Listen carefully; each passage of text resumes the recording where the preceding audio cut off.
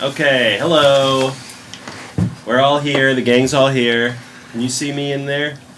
Am I maybe a little... Couldn't see Bartholomew. A lot of headroom, but You're pretty far away. Also, you should listen to make sure you don't sound like... I don't... Well, what am I supposed to listen to? I don't know. You're asking us? You said all of this. No, I just... Well, you just said you should listen. I'm saying I don't know. Do you want me to try to zoom in on... No, there he goes. we're There he good. goes. We're good. No, stop. You cut that out. Did you... Did that actually do something? Have you enabled the top think screen so. so we can now see the thing? No. It doesn't exist. It's on the bottom left No, I know. Technology. of the top zoom screen. in. I know, it's No. so small. Okay, what do you want me to do? I'm not like, Superman. That's the only person who could you possibly set do up all what of you're this, so suggesting. you kind of are Superman. I mean, it would be impossible for Superman to even listen to the stream unless he, had headphones? I guess I do have headphones. That's one of his superpowers. You can just watch Twitch. Not even like- Superman has the attention span. Well, I have my holiday nog, which lets you know it's time... It's not even good nog, it's low-fat nog. Oh, wait, I forgot to say what I was going to say. What's that? Good You had something evening. more important to say than this? Good evening, liches and gentle manticores. Oh, fuck. Hammerman. Whoa. Right? What's the non-binary Yeah. equivalent? B. I want something that starts with a B. B. NB. And Beetle. Ben Beetles. We'll take it. We're happy to be thought of. Swarm of N Beetles. If I think of something better, I'll Interrupt the session. Yep. In the middle of a PC death, you'll be like, Just spit I out don't your think anything nog. even starts with like a binding. Binder. Binders. Binders. Binders full of women. Nope. That's gendered. That's gendered. But it was a step in the right direction. I think we can all agree. It started off. Yeah, Mitt Romney. Yep. He was a step ahead in of the his right time. I think direction. what we all can say now is Mitt Romney we miss was a him. step in the right direction. We miss him. Don't we, folks?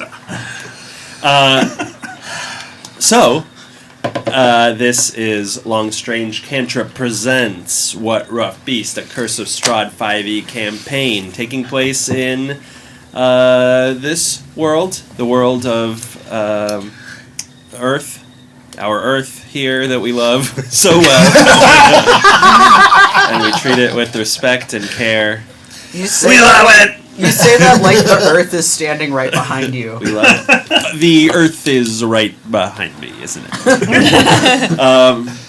And it takes place during the 16th century in a sort of dawn of the Reformation and the beginning of modernity. Inspired setting in Romania. And since last week we were beast mode at the beginning, I wanted to acknowledge that this takes from the 5e Curse of Strahd campaign, the original I6 Ravenloft setting or adventure by the Hickmans, Tracy and Laura Hickman, I want to say. One of the kind of seminal D&D campaigns. Also from behind me there, the Realm of Terror in 2nd edition Dungeons and Dragons, and I've been meaning to pick up something called Van Richten's Guide to. I want to say like the Vistani or something. Everything. No, I have that, but there's one from 2e D&D. It's Van Richten's Guide to the 5e one is Van Richten's Guide to Ravenloft. Yeah. But also from the Reddit community. In fact, I posted something about this session on Reddit yesterday. and to get some advice from people, and I got some advice.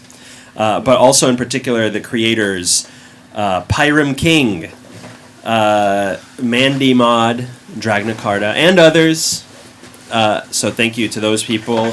The sounds are provided by a few different creators, but included among that is the Syrinscape program, which I appreciate. And I think that's about it. All of the art is from James RPG Art for the most part. Some others as well, which I'll credit in the description. And big announcement. Folks, we're uploading to YouTube, I think, as early as next week. Holy shit. But please ignore half of it. You can't. That'll be edited out. So some portions that are unintelligible will be edited out, but we'll go to YouTube, and so then you can catch up on the archives. And as always, I'm Eugene. He, him. We'll go in this. How about this order this time? Yeah. Oh, right on. Oh, what? Weird. Hell yeah. The stranger, they call it. Hi, If you go in this order. Wait, hold on. I gotta go numb then. Wow, how to downshift from that. Hi, I'm Lore. My pronouns are they, them. I play Rowan Domnalech. Hi, I am Nick.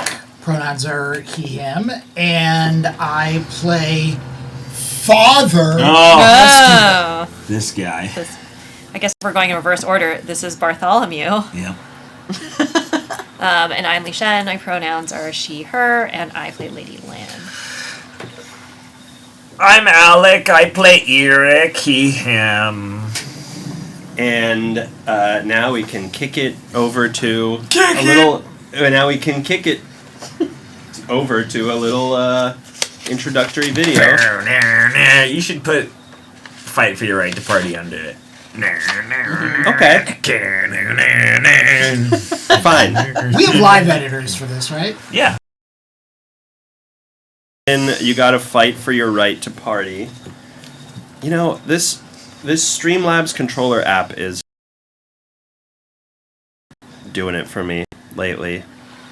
Here we go. I hear that. I think I might have done it. Nope, it's still us. Not much is known about the sharp-featured androgynous figure come to Barovia in a high-coloured violet coat with closely shorn hair.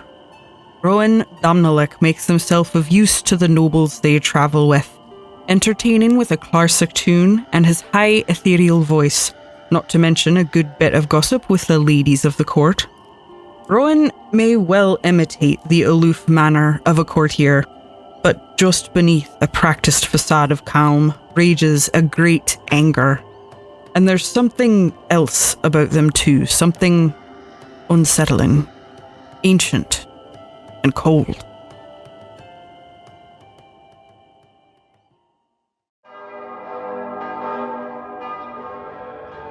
Father Esquivel is an ordained priest, sent far from home on missionary work.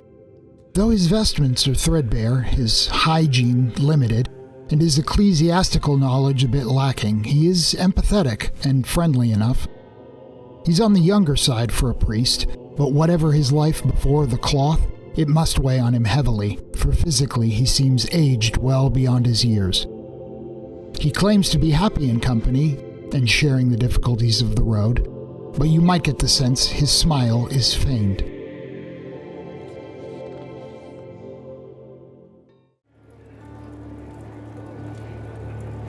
Even while petting her ornery pet Pekingese Monto, Lady Lan never smiles.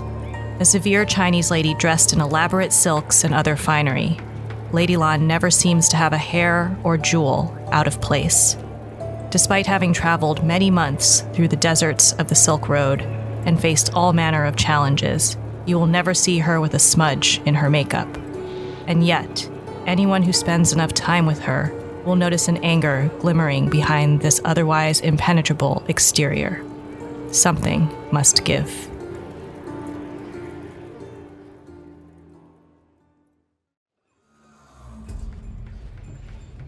Eric von Eggenberg is a pale young boy, his skin almost translucent in the dim light. His eyes, the color of a stormy sea, hold a lifetime of unspoken sorrows, fixed upon the arabesques of the moldering wallpaper, seeking patterns that do not exist. His hair, a messy jet black patch, appears to be thinning. He moves with the jerky grace of a puppet, his limbs seemingly not entirely his own. Clutched firmly in his hand is a ruby brooch, a glimmer of hope in a life filled with darkness. Whispers follow him, telling of a noble lineage abandoned, a sinister apprenticeship, and a mysterious benefactor offering salvation in a distant land. There is an unsettling aura that surrounds him, a disquiet that hints at secrets best left undisturbed.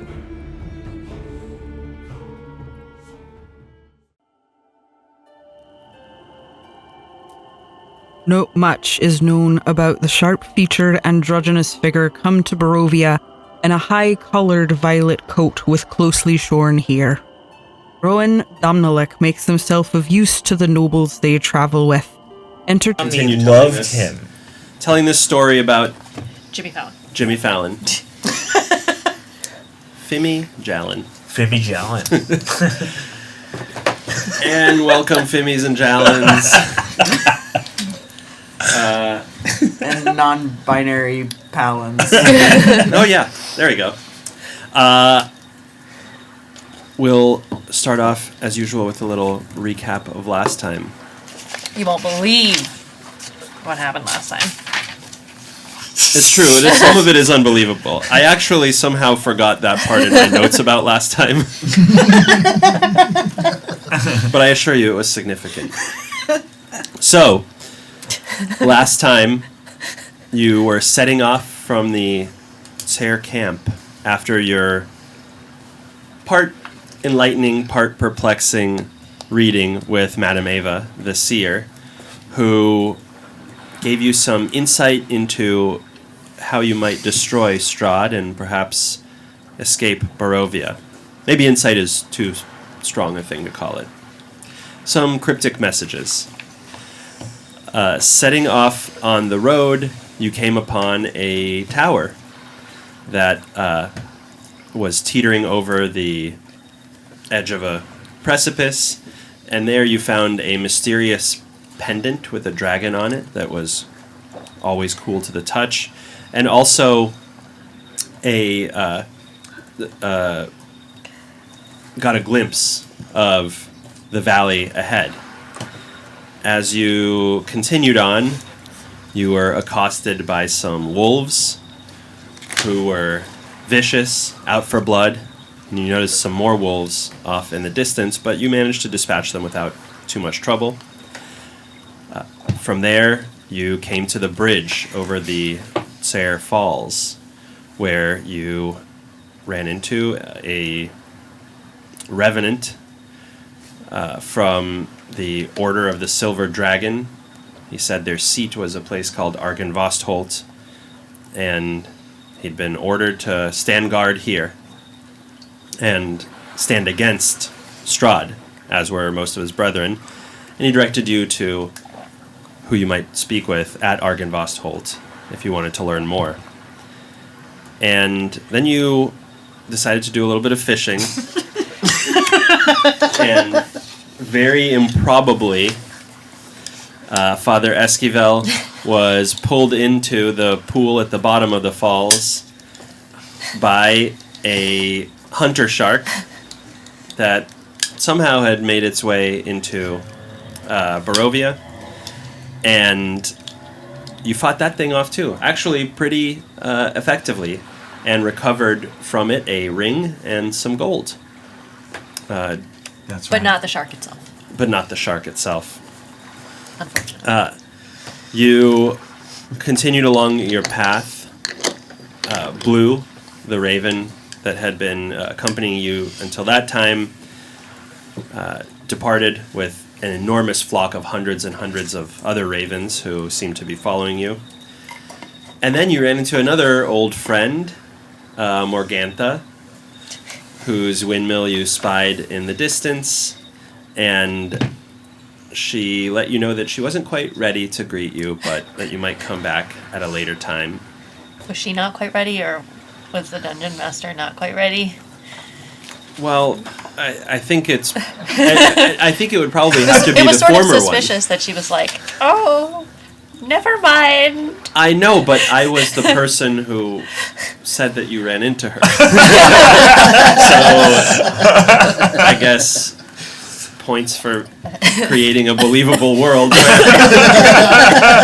fact that you ran into her was outside of my control, but her home being ready for exploring was fully within my control.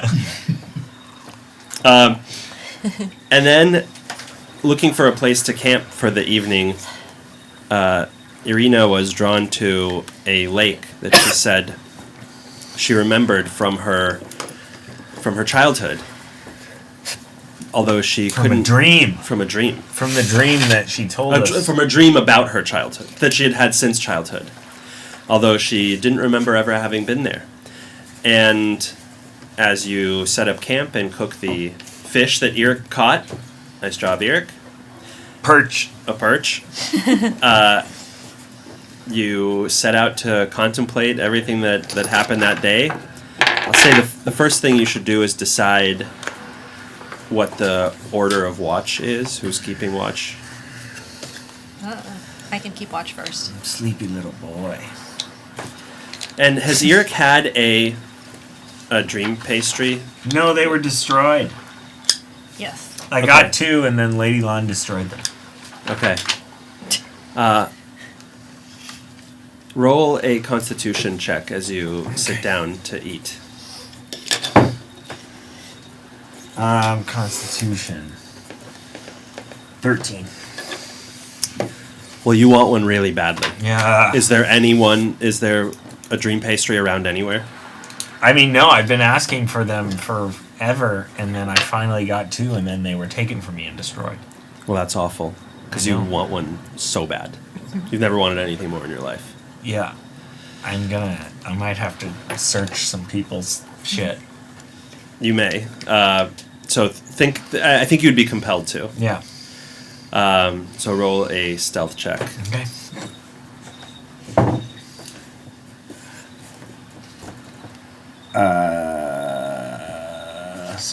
Sorry. 15.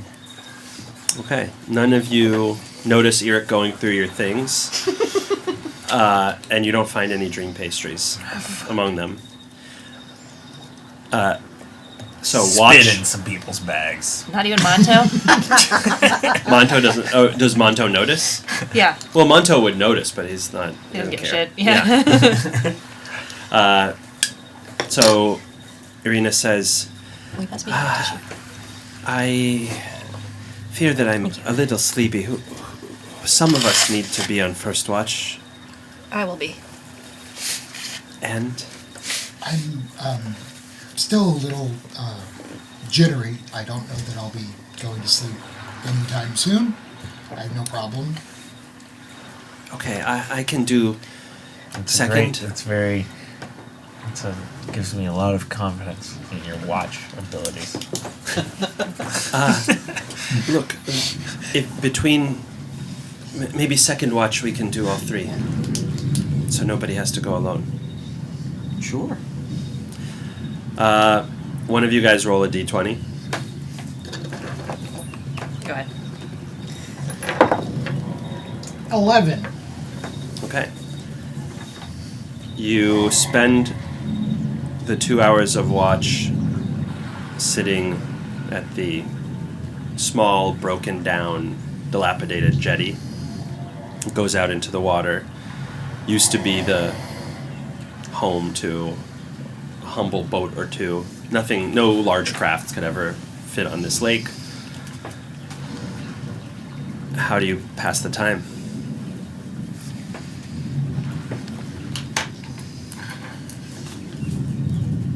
I'm just kind of playing with Monto. Feeding Monto some of the dried meat, the jerky. No. How much of that do you have left? I think you got 5 or 6 servings, something like that.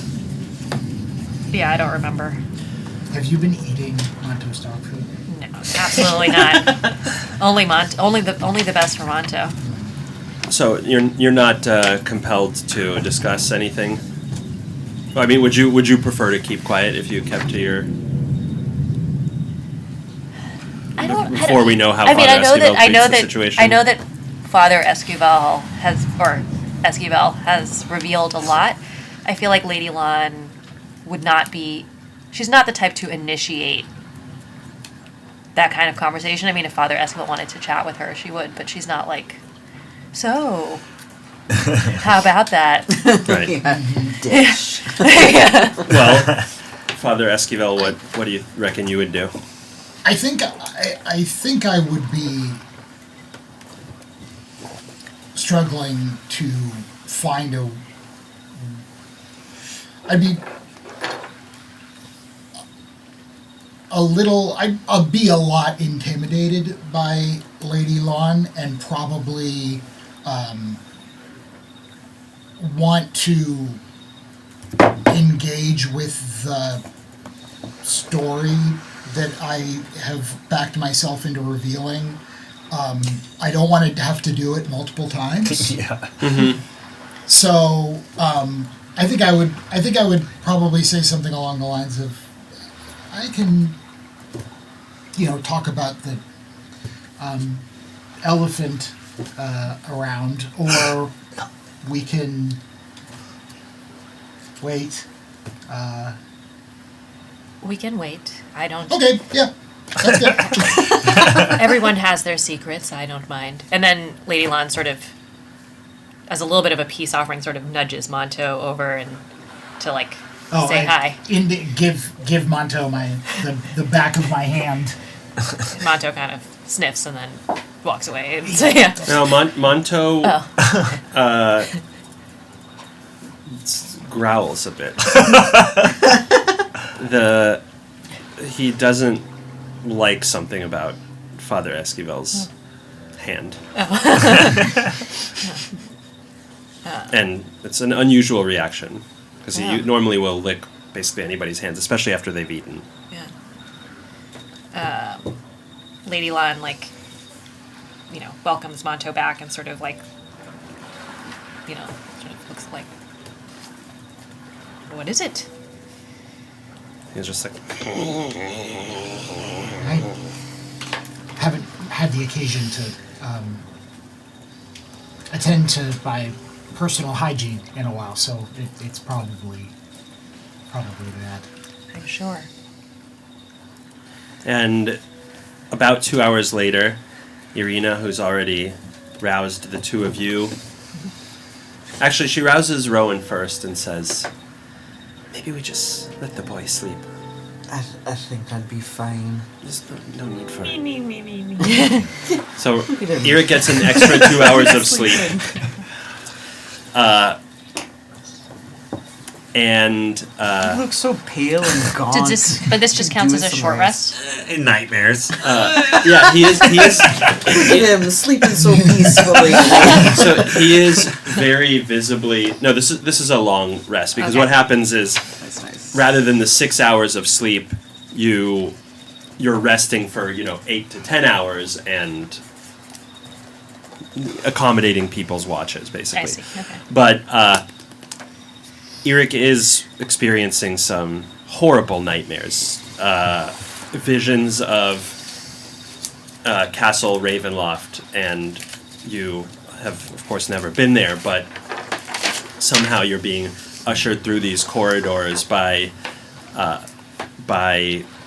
Strahd himself and a coterie of assistants and thralls, and you're just being shown all kinds of gruesome bodies and scenes of torture, and you are sleeping soundly, though. No waking up. Sure. So at that time, both of you get Irina's gentle touch on your shoulder, and you are both relieved at no longer having to sit in silence. With Monto just being like... Irina offers a hand to Monto, Yeah. and he licks it plaintively. And looks at Esquivel. and the two of you go to bed, presumably. Irina sits down with Rowan. So, what are they? Yeah,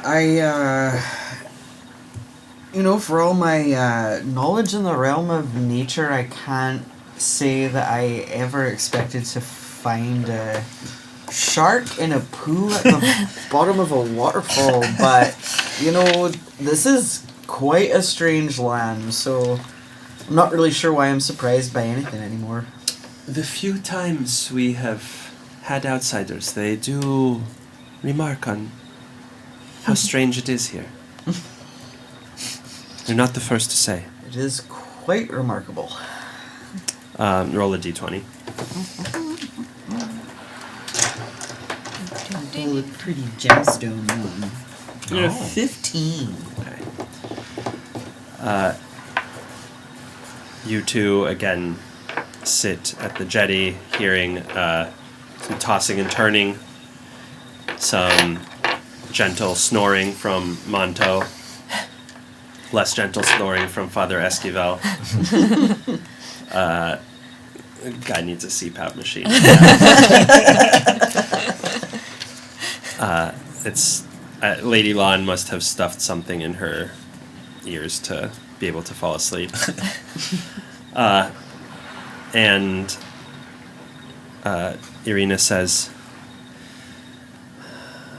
"Do you have any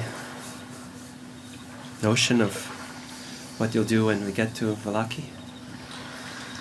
Well, keep trying to look for a way to get out of here, I suppose. It seems sensible, although not something I ever think of. I'm here forever. Do you never want to leave, or? I've never considered it. This is home, but now I'm being sent somewhere else. Still in Barovia, of course, but not my home. So maybe I can leave altogether. Well, you never know. Be surprised. I know I've surprised myself on a few occasions with what I turned out to be capable of. Maybe you'll surprise yourself too. Well, I won't be able to do it without your help, that's for sure. Well, I think, considering the short time that we've known each other, we've been through quite a lot, and, This is true. It would feel right to help you in whatever way we can with this sort of trauma bonding that we've had in this past week. What's it been? Well, 6 days? 7 days? This is our third night since meeting. Oh, it feels like longer. It's no reflection on your company. Well, yes, it's been a longer journey than the passage of time might suggest. And with that, she continues to stare at this lake that's been drawing her attention until the first rays of sun start to reflect off of it. It's quickly swallowed up by the gray mists, and so that orangey ascent turns depressingly quickly into a sort of gray pall, and it's ostensibly daytime. You're ready to get going with the day. She takes a small pail that's been in her knapsack and starts to boil some water from the lake, and goes to wake up Eric first. He wakes up very, very slowly. You, because of the restlessness and the nightmares, take a point of exhaustion. Dope. Although you find yourself without that hunger that you had for the pastries the previous night. Well, thank God for that, I suppose. The rest of you awake normally and enjoy some of the tea she made, and unless there's any other business at camp, can get on the road. So, getting back to the clutch of trees that towers over the Old Svalich Road at this point of the journey, the pale light of the day is swallowed up again by the canopy of trees, and it's unfortunate because you were hoping that just for a few minutes you could indulge in some sun, some respite from the gloom, but not to be. So you start to continue on your way westward and north to Vallaki, mostly west at this point in the journey. And again, the fields that you are walking through are consumed by the dark forest. And soon thereafter, the trees close in even tighter. You notice the undergrowth rustling, stirring in the wind alongside you, and the weight of this environment starts to press from all sides, and you start to get the feeling that you are somehow being watched. Instinctively you look up, remembering the ravens from before. The sky is clear, slate gray. Father Esquivel and Rowan, you notice a humanoid shadow flickering in the distant woods off to your right, and then vanishing.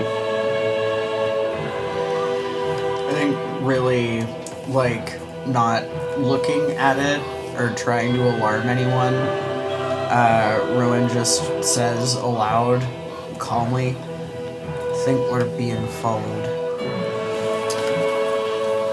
Does it seem to be similar to the humanoid shadow we observed the previous day, around when we saw the wolves, or am I making that up in my head? No.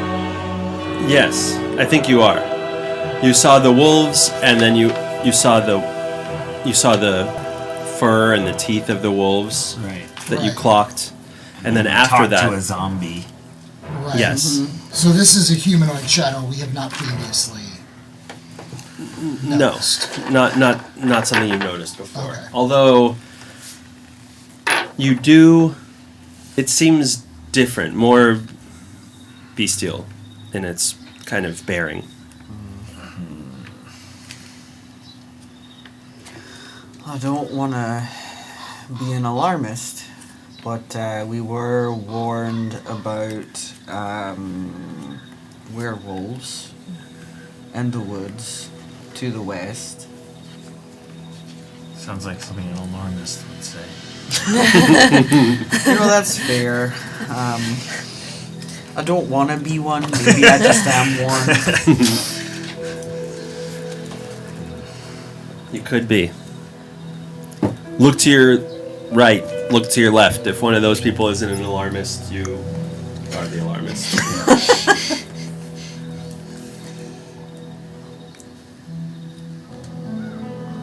Do you proceed?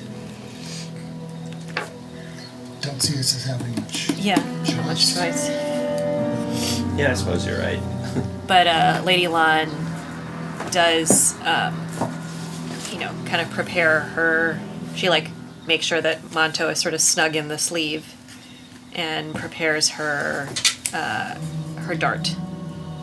Ooh.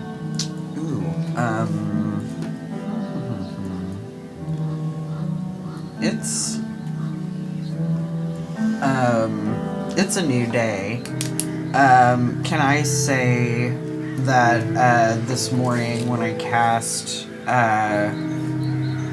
Find Familiar for my little wild companion, that Morgan takes the form of an owl? Sure. Tight. So I'm going to send Owl Morgan off in the direction of the shadow to Do you sort of hold everyone up take for a moment? closer look. No. Okay. Just keep walking. Let's get a perception check for Owl Morgan.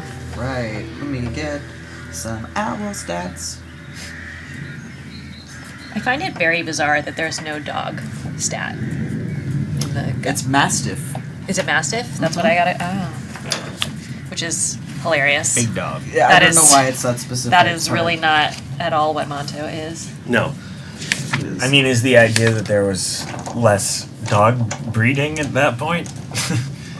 Or- Yeah, maybe. Maybe in fantasy medieval Europe there was. Though I think that point Chow Chows were Chow Chows were around. around, and so I would think, Pekingese were not that far behind. I think it's probably more likely that they didn't want to have individual dog stats for each kind of dog. Yeah, but then why Yeah. not dog? Oh, what kind of dog? Fair enough. Yeah, a battle dog, I guess. Yeah, it's meant to be like beefy Yeah. beefy combat Beefy dog. battle dogs. Just FYI, just in case, that Monto's passive perception is higher than mine. Okay. Oh, What dear. is it? This Mastiff is apparently 13. Okay. Oh, tight. That was a perception roll for Owl Morgan. Yes.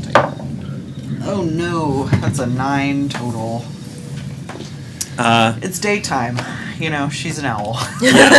So Seemed like a good idea at the time. Morrigan is circling around in front of you, Sleepily. and the woodland road takes you through a small forested clearing. The tree line is littered with these dense thickets, moss-covered boulders, and some ridges as well. And as you turn, without warning, 4 wolves leap out from the forest. Oh, boy. One considerably larger than the others, and he rears up on 2 legs. And at this point you can see he's got the remnants of some clothing tattered around his legs, and all of their yellowed eyes glint and their muzzles turn into snarls.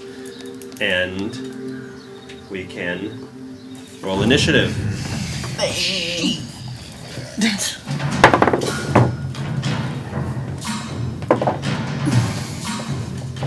$17. 7. 12. And 12 for Rowan, and 7 for Father Esquivel.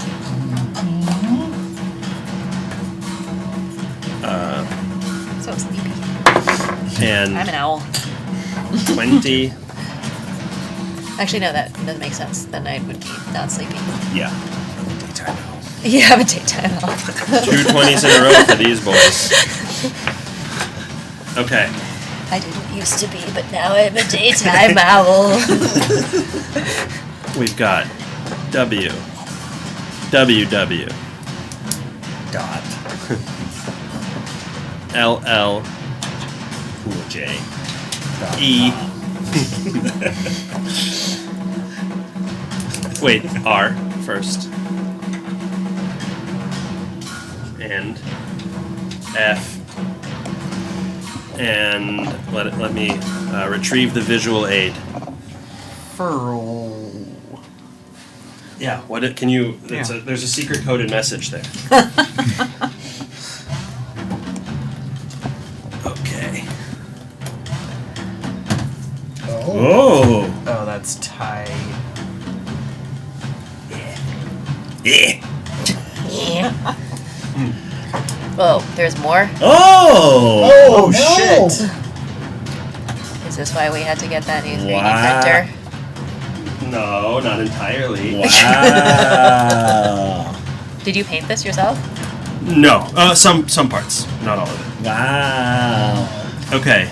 Remind me marching order, please. I would assume Lishan and have a then front. me. Yeah. Oh, actual marching order, not initiative order. Oh, yeah. Yes. I'm think Rowan near is the back, second, but not usually. in the back.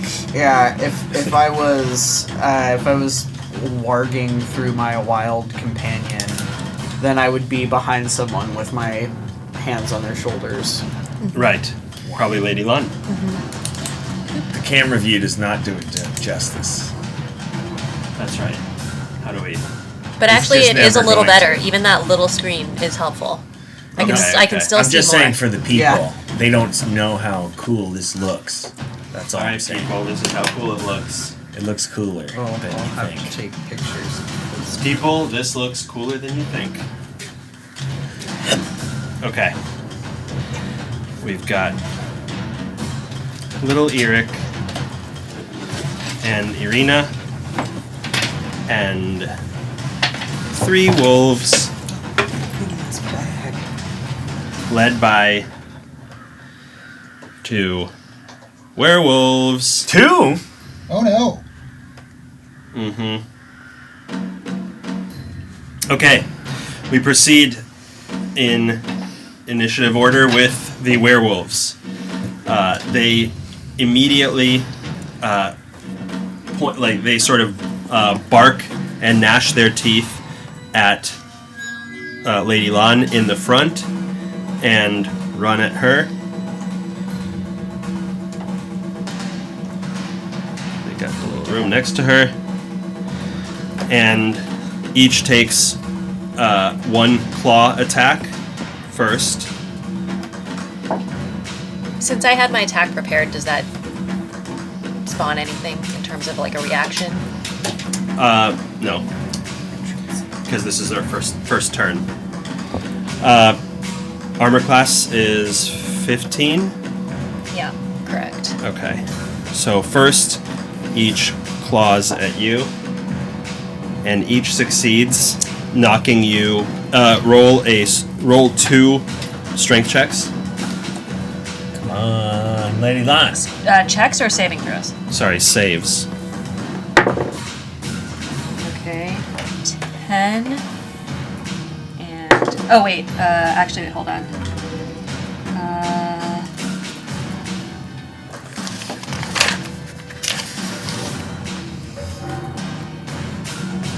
Oh, that's strength, not dexterity. Damn. Wait, did I roll twice? No. No, so 10 you said? 10 and All right, you 15. are knocked prone, Okay. and they both. Well, first of all, the damage is I'm scared.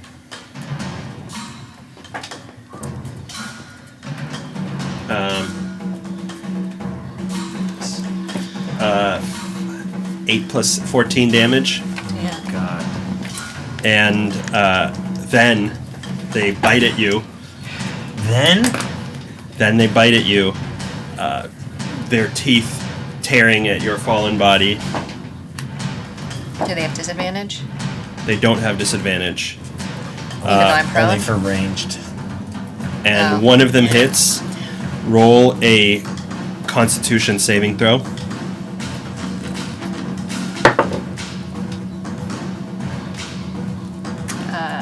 That would be a 1. Or that would be a natural 1. Fuck. So technically a 5, but no. We all have heroic inspiration after completing a long rest. Oh. because of. And 2024 rules. Oh. Yeah. Really? Human. Yeah, Yeah, all everyone has humans. it once per day. All right, I'm Holy going shit. to use that. Not that much better. 9 shitty rolls. It's 9 times better as far as I'm 9 Yeah. total. 9 total. Okay. The But it's better than 1. yes. It's not a critical. Yeah. You take 10 damage. Damn. Good lord. The teeth tear through your flesh, and you feel a searing pain far out of keeping with the damage done to you. Okay. And immediately that area starts to just radiate with a horrible, debilitating kind of pain. Hey, maybe you'll be a vampire and a werewolf. It would be like Underworld. It is now the wolf's turn. I hope that I can be a Frankenstein.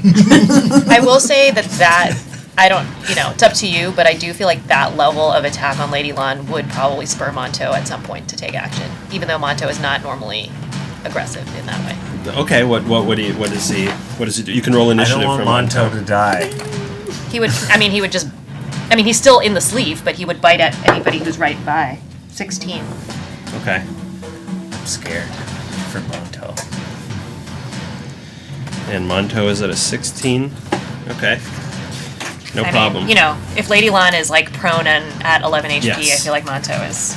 So the gonna get off first his wolf runs up to you and tries to grab with its teeth at your arm, trying to sort of drag you away. Me? But it fails. Thank God. Second Jesus does the Christ. same, Good Lord. and it succeeds. We're just like, So you are now grappled by that wolf, Okay. and the second runs up to Irina. But did I take further damage? No. Second runs up to Irina and tries to do the same. teacher, you forgot to assign homework.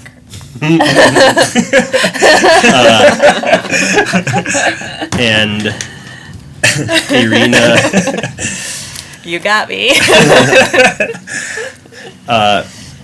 Irina uses her defense reaction to dive out of the way, make herself a little harder to hit, and she is not able to be captured by this wolf. Finally, it is Lady Lon's turn. So standing up requires half of your movement. Okay, so I'm gonna stand up. Okay, stand up. Okay, but You I'm are still grappled. Okay, so I want to get out of the grapple. So when you under the new rules, when you're grappled, it takes an action to try to get out, okay. not a bonus action, and you have disadvantage on attacks against anybody other than the grappler. Okay. So you don't have to get out. You could Just just attack kill the person. You could that's- Yeah. Sure. I'm going to attack. But Well, can't do both. I'm going to use my bonus action to go into a frenzy. Hell yeah. Okay, No, not a rage. not a rage. Okay, wow, not a rage. I'm at 11 HP. I'm pissed. I'm going to. I'm going to attack the wolf who has grappled me. Okay, God, I'm rolling such. Bull, like. So I don't hit. That's a 3. That's like a. That is with my. I mean, there's like no way that's a hit. That's like 7. no, you're right. It's not. But you are still in a frenzy.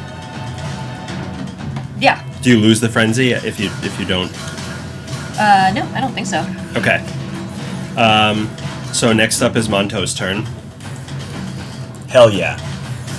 Oh, so let's see. I don't even know what Monto does. Let's find the mastiff here. And after this is Rowan. Okay, so Monto is going to bite. Okay. That is 9, I think it's me. 12. I rolled a 15. Monto has a reach of 5 feet. Monto also rolled a 15. No, Monto rolled a 16. Rowan got a 12. Oh. Rowan got a 12 and you got a 15. 15. Okay. Sorry, Monto 12. against... Who's he attacking? The one who's grappling me. Okay. It's a hit. Yeah. How much damage does it do? 900. 1d6 plus 1. 2 damage. Okay. Yeah, that's okay. Monto. Hey, it's more than I did, so. Yeah. Yeah, so Monto takes a bite from your sleeve out of the onto the face of the wolf who's grabbing you. Okay, see, this is where I think the Mastiff versus Monto thing is going to break down. If the target is a creature, which it is, it must succeed on a DC 11 strength saving throw or be knocked prone.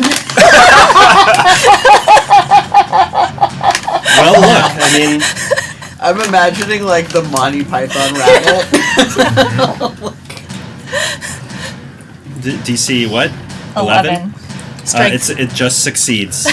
But I mean, look, it could be such awful pain that it falls over. That's totally possible. Like that DC should be scalable. Yeah. I think we might be more fucked than we think because Eugene took that seriously. Yeah, you deserve every advantage. He gave us the benefit of the doubt, and that makes me more nervous. You deserve every advantage. That a dog that's like the size of this cup. Yes. Yeah. Okay. Hey, Monto's mad. He's real mad. Yeah. Do not underestimate a pissed off tiny dog. It's true. I'll tell you that right now. Yeah. It's like goes for the guttural. I have known some very angry chihuahuas in my time. They have one of the worst personalities Okay. in terms of aggressiveness, actually. Eric, you're up They next. Oh boy. Then Rowan. All right, I need to look. Well, Eric will go ahead and hit the wolf that is grappling Lady Lon with a psychic stab.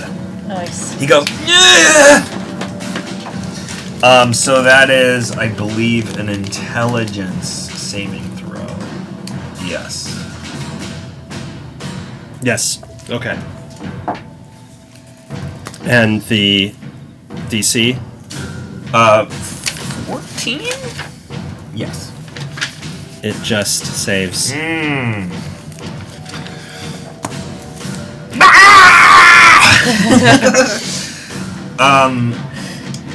And well, since this is a dire situation, as a Dire wolf situation. yes, exactly. We'll go ahead and do it again with a bonus action using Chronopathy Adept, one of his 4 uses of that, Okay. to Give give it it a try. another chance. This time with more fury. Additional fury. And it saves even more. Oh, so pissed now. And that's my turn. Okay. Rowan, then Irina. Okay, I have tried. some annoying clarification You did try. questions Yes. for you, DM. So a wolf has attacked Lady Lon and Arena. 2 wolves have You just attacked got it, Lady you Lon. just 1 has attacked Irana. And the werewolves are Have both attacked. Have Lady both Lon. attacked Lady Lon. okay. Right on. So That's these 2. Right. It doesn't look. It's not like a really good configuration for me to like throw down some crowd control. So I think what I'm gonna do is. Oh, it looks like a werewolf is like right up on me. Anybody? So am I threatened? There you go. You are threatened by one of the werewolves. Oh dang. Okay. Where's wolf?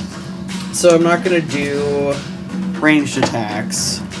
I think in this moment, like Rowan is very caught by surprise. Like they were just, seeing through their owl's eyes. They had their hands on Lady Lon's shoulders. Then Lady Lon gets attacked by like 3 fucking wolf creatures.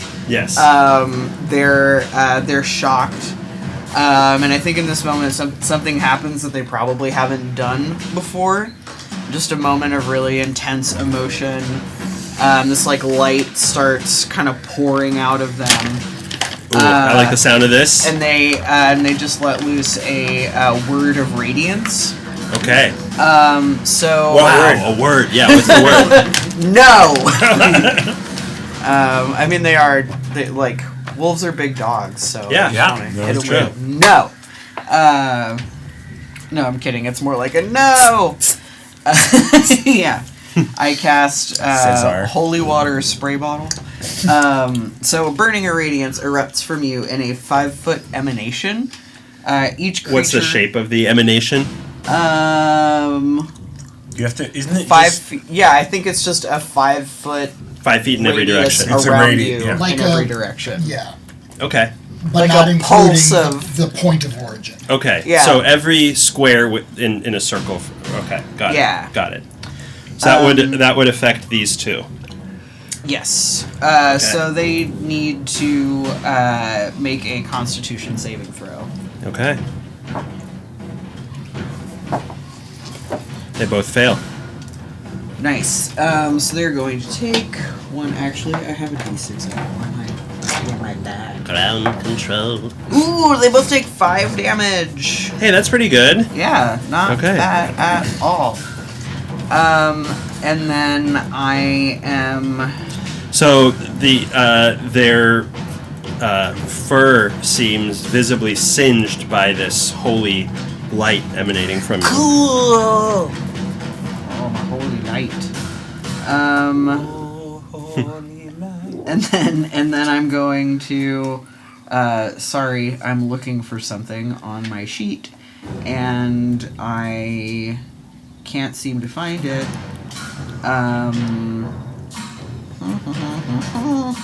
This is really fun.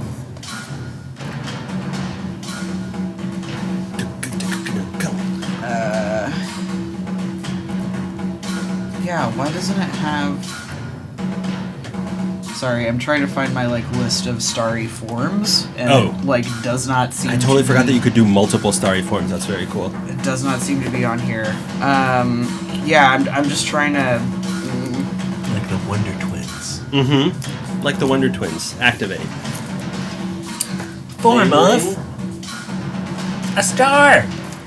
That's Shape of a different star. Yeah, but Rowan's got a lot of stars. Okay, yeah. Tight. So I'm going to... No, just kidding. Not that one. That one doesn't do jack shit for us in this situation. Glad I checked. Thanks for bearing with me. Yeah. I'm going to instead do... use my bonus action to wild shape, starry form, the archer. Okay. Oh, I know this guy. And that's my turn. Yeah, so Rowan's form sort of phases out and then reconstitutes as a bunch of cool-looking stars like they're wearing a sort of cloak of stars. Cool. Yeah. I think the largest points of light just look like the constellation of Orion, mapped on Nice. onto their body. So Irina uses disengage as a bonus action, hops over here and runs to the two wolves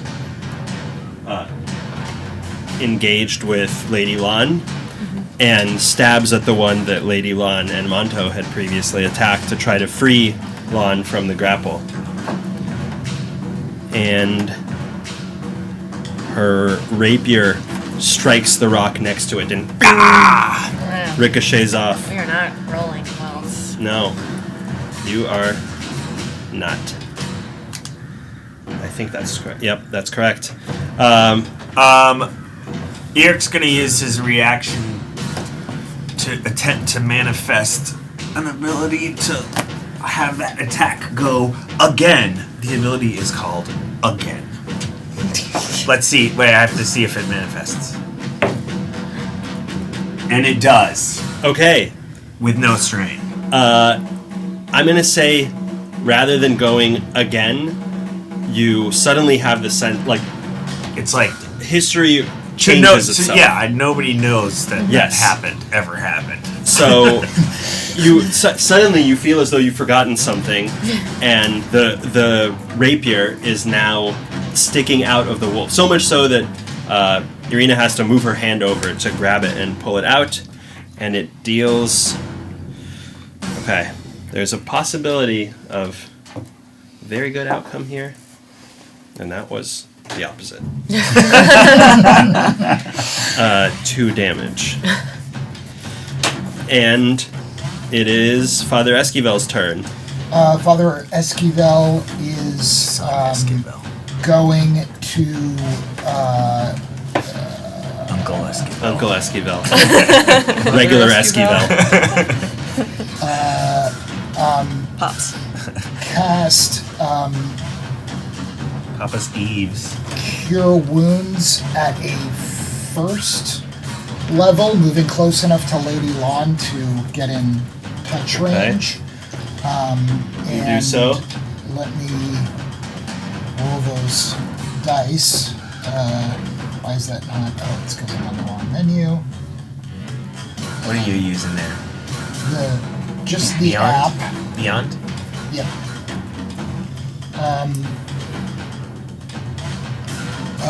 So, yeah, 12, you heal 12 damage. Nice. Thank you very much. And then, I don't think I have any, bonus actions that I can use for anything useful. Okay. That's it. The wolves go now, and then Lady Lon next. Lady Lon, even though you feel a sense of lightness and relief from the spell that Father Esquivel cast, I'm a werewolf. the wound doesn't seem to close or heal in the same way that others have when he's used this miraculous healing magic on you before. It's still red, raw, and just as bleeding, even though the pain seems to have gone away. No like. And with that, the werewolves circle around. At least one of them does, to focus their attacks instead on Rowan. Have we found out at all that, like, werewolves are susceptible to silver? We don't know that, right? Roll a Van Richten's guide Arcana check. only talked about vampires? Yeah, that's what I wasn't Or sure. I did it couldn't talk- remember Van Richten's guide, whether it... Yes. Well, My notes It said- don't go back that far. so someone had wagered in the 12. Vistana story game, Van Richten's Guide to Lycanthropes. Right. Yeah, but we didn't get But you it. didn't win it. That would have 12. told us everything. With 12, you would know that shapeshifters are susceptible to silver.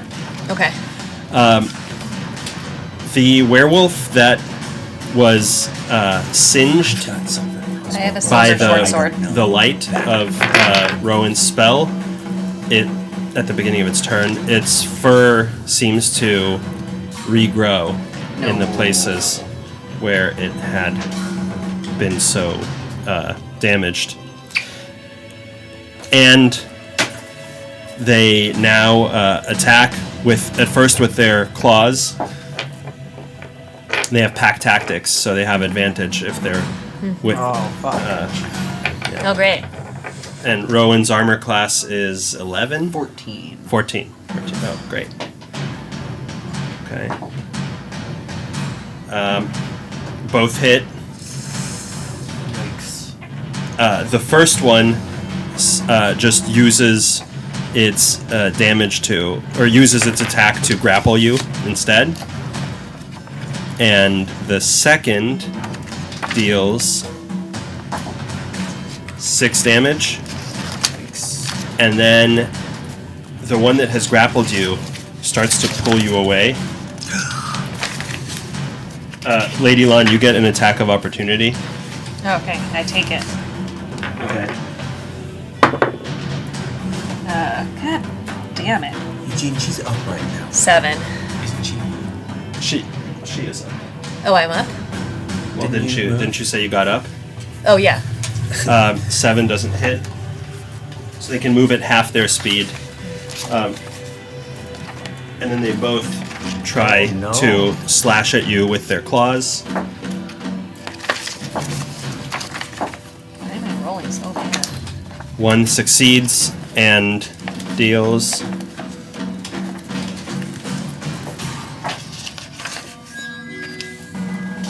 10 damage. Oh. And roll a DC 13 strength save.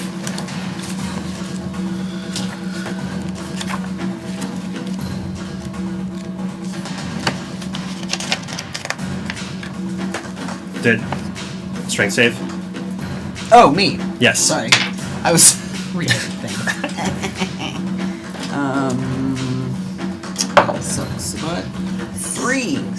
Okay, you are also knocked prone.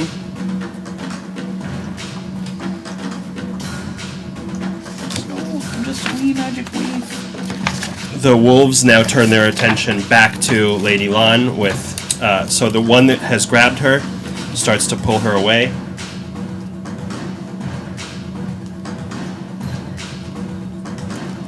And it bites at her as well.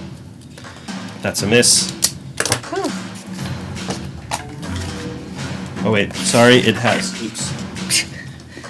pack tactics. Oh, great. Irina gets an attack of opportunity against one of them and hits! Nice. For 2 damage. We love Irina. Don't we, folks? We love Irina! Okay. You said, sorry, what was the armor class, Lady Lan? 15.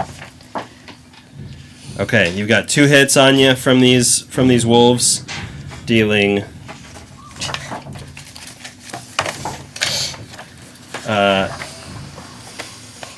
12 damage. Okay. And roll a DC 11 strength check. Okay, hold on. I have advantage on strength checks now, Yes, you do. which is hopefully better than that. 14. Okay, you are not knocked prone. Woohoo! And it's your turn. And then Monto, Thank God. who's still in your sleeve, having been dragged away. Yeah. So I'm going to actually use one of my actions to equip my short sword, Okay. my silver short sword, and use my bonus action to attack with that short sword.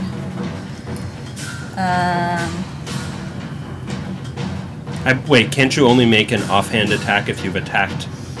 No, I can make a single. It's not an offhand attack. Oh, you can just make... It's a frenzy. Ah, okay, cool. Nice. Finally. 15 plus 2, so 17. Okay, that's a hit. So wait, I haven't actually used this before.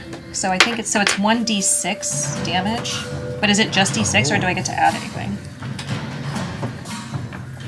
Add, yeah, Strength. you do. Strength. Or dexterity, actually, with It's a a, short sword. it's a finesse weapon, so it should be dexterity. Whichever. Whichever's better. Whichever you Yeah. So 6 damage. Okay. So that is 6 damage to which wolf? Do you care? I don't care. Okay. Not the one that is dragging you? Oh, yes, the one that is dragging me. The uglier Okay. one. I thought it was no longer dragging me. It is No, it is. Okay. And you plunge the silvered short sword into that wolf, right down its throat, basically, as it's with both hands, and it is dead. I think Yeah! that's... There is still a. You have movement since you are not grappled any longer. Well, is there still? So there's still one alive right next to me, right? 2 alive next to you. I don't think I'm gonna move. Okay. But Monto then is going to attack the one to my left. There. Okay.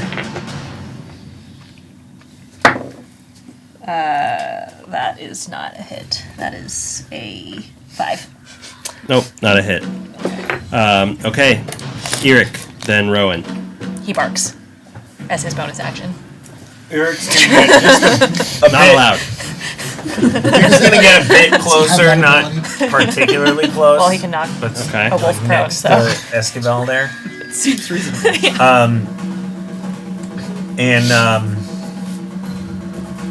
Let's see. Is going to stick with the psychic stab at the nearest werewolf that is attacking Rowan. So that's an intelligence DC 14 save. We'll get wider angle here. Yes. I bet they're bad at breaking I stuff. would hope so. They're intelligent. This is great. At which one? The closest werewolf attacking Rowan. That's a success. I hate it. I For forgot. wolves are Silvery- rolling well. Silvery barbs. Okay, what remind me about that one too? So as a reaction, I can force someone who succeeds on an attack roll, ability check, saving throw. Reroll and use the I can have them reroller. re-roll it and use the new roll. Okay, cool. That's a fail. Fantastic. Okay, so the damage is The damage is, I believe, a 10, a D10. Let's see, yeah, 1D10. Let's see. Let's see. 4. okay. So you notice the Psychic wolf damage. wince as it's digging its claws and teeth into Rowan in a frenzy. And Eric forgot that he had this ability, and he's gonna do it now. I'm gonna hex the other werewolf on Okay. the other side of Rowan and go. Which ability? Hell yeah. Strength. Strength. Okay. 1, 2, 3, 4, 5. Okay. Okay. Strength is hexed. Next up, we've got Rowan, Okay. who is down, but not Yes. Oh boy, I am a shiny, sparkly boy. I am flat on the ground. Okay. Sounds like a mantra. Yeah. I'm a sparkly boy. I am on the ground. out. I am shiny. I am sparkly. I am flat on the ground. Fuck. So. Next up is Arena, and then Father Esquivel. I think Rowan is kind of freaking the fuck out. And while they're on the ground, they're just gonna kind of like dig their fingers into the soil. They're starry fingers. Yes, starry little fingies. And they're just gonna kind of like almost silently just utter a please and cast Entangle and hope that the like, vines coming up from the ground will help. Especially that guy who just had Strength Hex put on him will help restrain those. Okay, remind me of the effect. Although it's checks and not saves. Come on. Wait, has anybody else been bitten by the werewolf, or is it just me? Just you. Great. They like you. So, it's in a You 20 smell foot like square. another dog. This is gonna get me too, but that's fine. 20 foot square becomes difficult terrain. Each creature. Oh, actually, it doesn't affect me. That's nice. Each creature in the area must succeed a strength saving throw or have the restrained condition until the spell ends. 20-foot square, you say? Yes. I do have this. Each creature must do a strength save. Yeah, I want to get as many wolves in it as I can without getting Lady Lawn. If it's possible. They're still cold. You have really good strength though, so Like, they've been cold in there for I think like a month. it has to be just the werewolves. really like this one. 20-foot square wise. It's good. Jungle bench. Yeah. That's totally fine. Oops. Like this. Okay, still on the ground, you pray to your savior, and vines start to creep up right from the forest floor and entangle these guys. Now, they make this save on their turn or now? Now. Okay. And they can, on their turns, they can do checks to try to get out. Okay, well, they have disadvantage, or one of them has disadvantage, but he fails anyway. Not for saves. Oh, not for saves. It's only Okay. for checks. Well, he fails. So they're restrained. Yes, which means their movement fail. is 0. And nothing else. I think this was a point of confusion another time. I think they I think have... restrained is actually gnarlier than we... Yeah. Restrained is worse than grapple. Attack rolls against the creature have advantage. Right. And its attack rolls have disadvantage. Right. That's the difference. Okay, got it. And they have disadvantage on dexterity saving throws. Okay, and its speed is 0. Great. Okay. Any creature entering that area. Mm-hmm. Okay. Roger that. Do you have to make a save? I don't have to make a save. Okay. Okay. And I know this has disadvantage being a ranged spell attack so close, but with my bonus action, I want to go ahead and try to flare a starry wisp Okay. at the werewolf that's standing over me and just kind of fuck off. Okay. Go ahead. Give it a roll. Ooh, that is a 22. That's a hit. Sounds like a hit to me. And This is the one that is dragging you, right? yes. Okay. D8 plus my wisdom modifier. Ooh, that's a 10. Nice. Okay. Yeah, so the spray of starry light just blinds the wolf and it rears back from you. We've got Irina next, who follows to Lady Lon and again tries to attack the harassing wolves next to her. That is a hit, and it deals 4 damage. Okay. With a bonus action, she pulls out from her. Can't she do this as a bonus action? Yes, she pulls out a small vial from her pocket and just grabs a handful of the powder that spills out and throws it on Lady Lon, doing Lady Lon. You get 1 hit dice. You can roll 1 hit die. Okay. Yeah. Okay, 10. It heals 20. Oh. Nice. Yeah, it's a lot of healing. That is a lot of healing. Although she is now down 1 healing potion or healing Powder. Powder. kit. Thank you very much. One Okay. handful of healing yes. powder. Father Esquivel, your turn.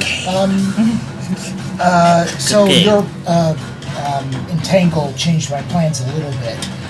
Both of How dare you. the werewolves have disadvantage on all their attacks right now, correct? Yes. So I can't do any better than that. So whose fault is that? Mine. No one but mine. While this is happening and they do have disadvantage on dex saves, Yeah. going to go ahead. The one that is more...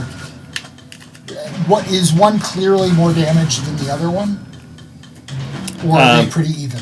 They're pretty even. Okay. at this point. Then the one who is not hexed, I'm going to cast spiritual weapon next to you and attack. That is 20 plus 6. That is an 18 to hit. Okay, we'll use this die for the spiritual weapon. 18 to hit is a hit. Awesome. So that is 6 damage. Believe it's radiant. Okay. No, Yeah, I think. force damage. Force damage. Okay. Okay. And then a sacred flame on the same guy. So that's a dex save, which he has disadvantage on from entangle. And he, because of that disadvantage, managed to fail. Nice. So that is 3 damage. Okay. All right. And I'm going to move closer, but not into the entangle. Okay. There you go. And also presumably not within range of the wolves. Yeah. Okay. And does it take a action to disentangle? Yes. Okay. All right. Before the wolves can act, all of you have your attention drawn to the sky as swarms of ravens descend upon you. I hope that's a good thing. These ones are red. Our buddy blue? You do seem to spot blue among them. My boy, Blue, remember? As well as 2 other swarms. From that Todd Phillips movie? The Joker? Tour of Joki Faliadu. Okay, very well. That is the Ravens, who have come in at a 17 initiative order. And now both of the wolves act. So, okay, it's an action to try to get free? Yes. Okay. So both of them are desperately trying to get free of the entanglement, and I believe that if they have multi-attack, that's an action. So if they use an action, they can't take either attack. Yeah. What's the DC? 13. Plus strength Yes. And one of them has disadvantage. Right? Well. on deck. On strength, yes, that's true. Oh yeah. Absolutely Okay. yes. Yeah, because when they try to get out, it is a check. Yep. not a Okay, save. they both pull and their muscles rip and tear the vines off of them. Also, you notice that both seem to be almost, if not completely, healed. Jerks. They do not take any movement. They don't have any bonus actions. The wolves, for their part, continue their assault on Lady Lan. And they have pack tactics. Pack tactics. Only one manages to hit. It is what a kind of damage is it? slashing. So I have resistance. Oh, well, I should have mentioned that last time. yeah, you should have. And it deals... Yeah, barbarians are good for that. Well, especially in the frenzy. It deals no damage. It grapples you. Once again, this wolf has grappled you. And Just wants to hug you. it is the Raven's turn. So they swoop down. One, this swarm attacks the wolf that has just grappled Lady Lan.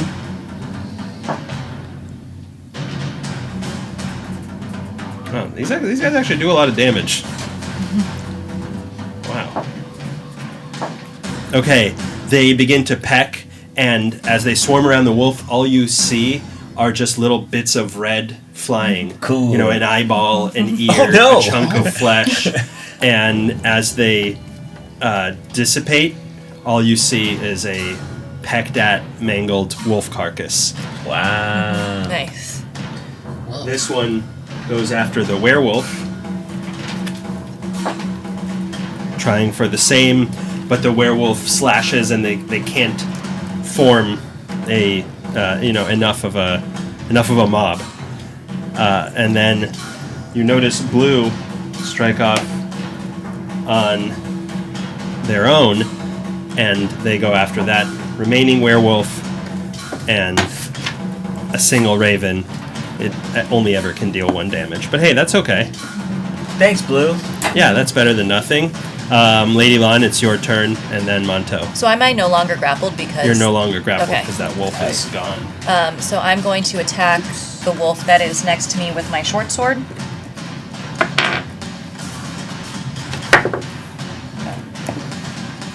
That is 21. Okay. And I assume that hits for that first one. Yes. And that is...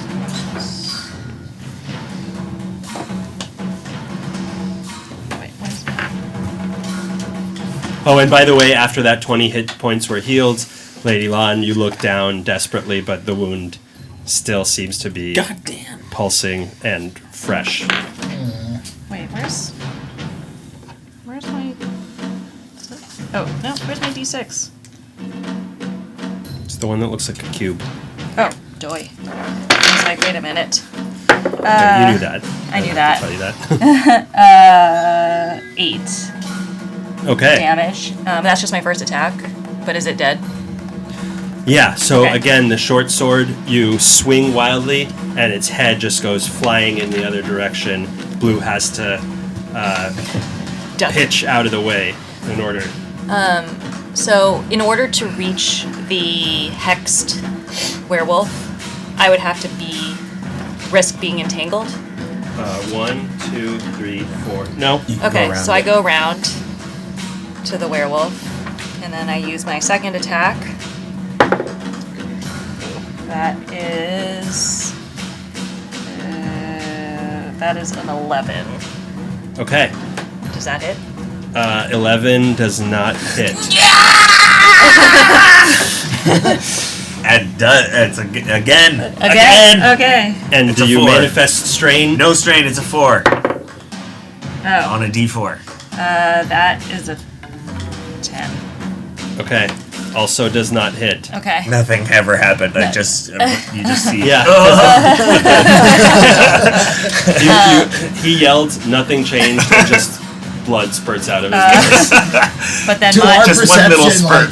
Monto, Yeah, like, I don't think that's a hit, but I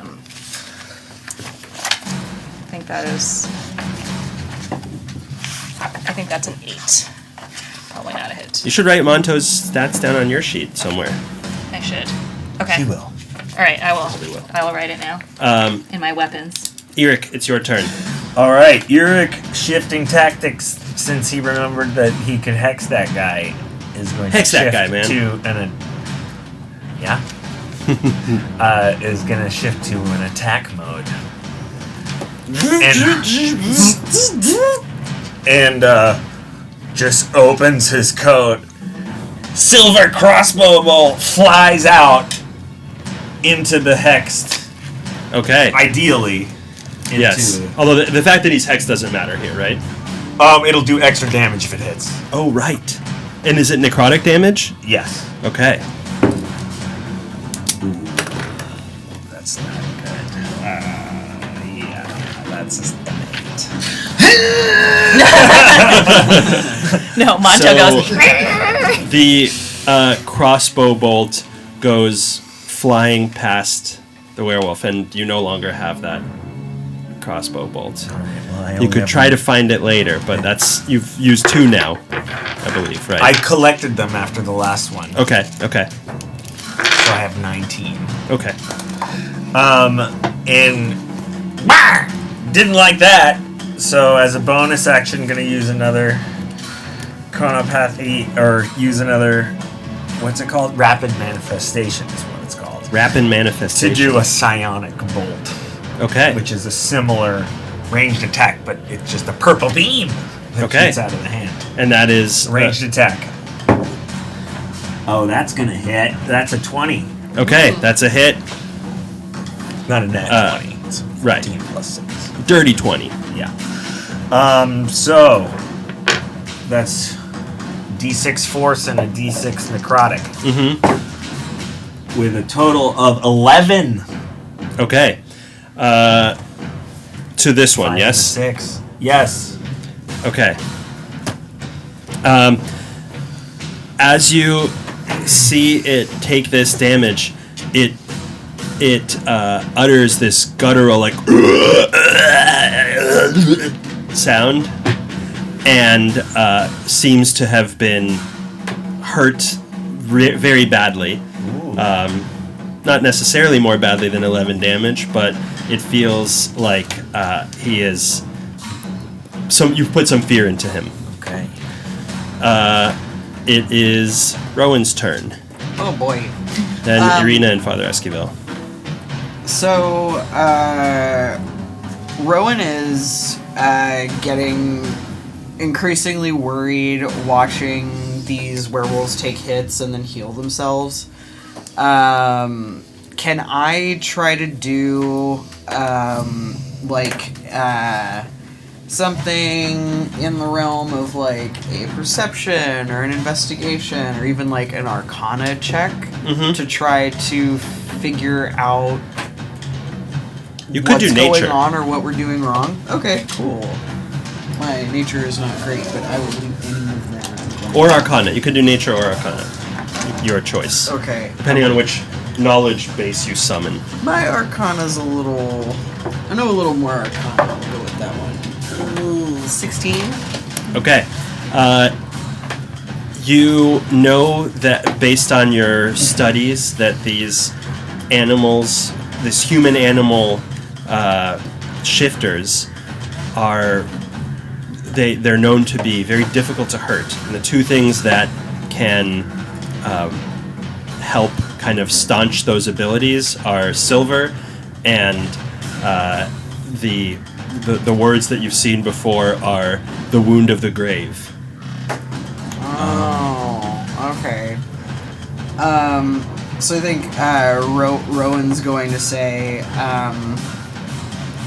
you have to hit them with silver. Because I don't know how to translate Word of the Grave in 6 seconds or less. You would understand that it's like any kind of damage that, like necrotic damage, that mortifies the death flesh. damage. Yeah. Yeah, I definitely get that, but I'm not sure how I would you don't know how you would. Yeah. In the moment. Do the stuff that is like... Send them to, I don't know. Yeah. Okay, so that was an action.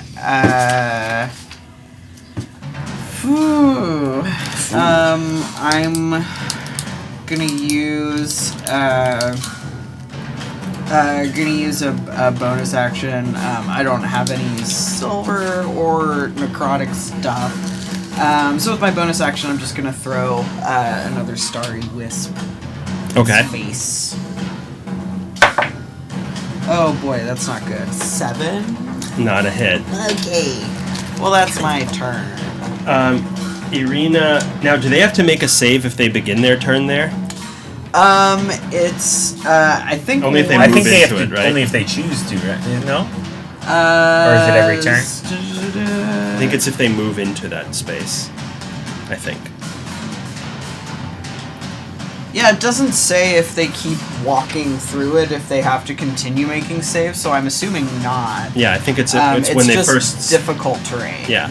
So Irina runs over to the one that is dealing with the crows and tries to attack it. She gets a successful hit, dealing a measly 3 damage. And Father Esquivel is next. going to use a bonus action to, I guess, what I understand from what Rowan said, that attacking with any other damage is useless, or that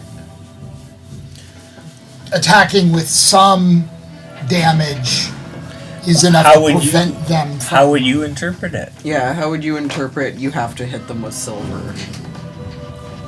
I mean, having...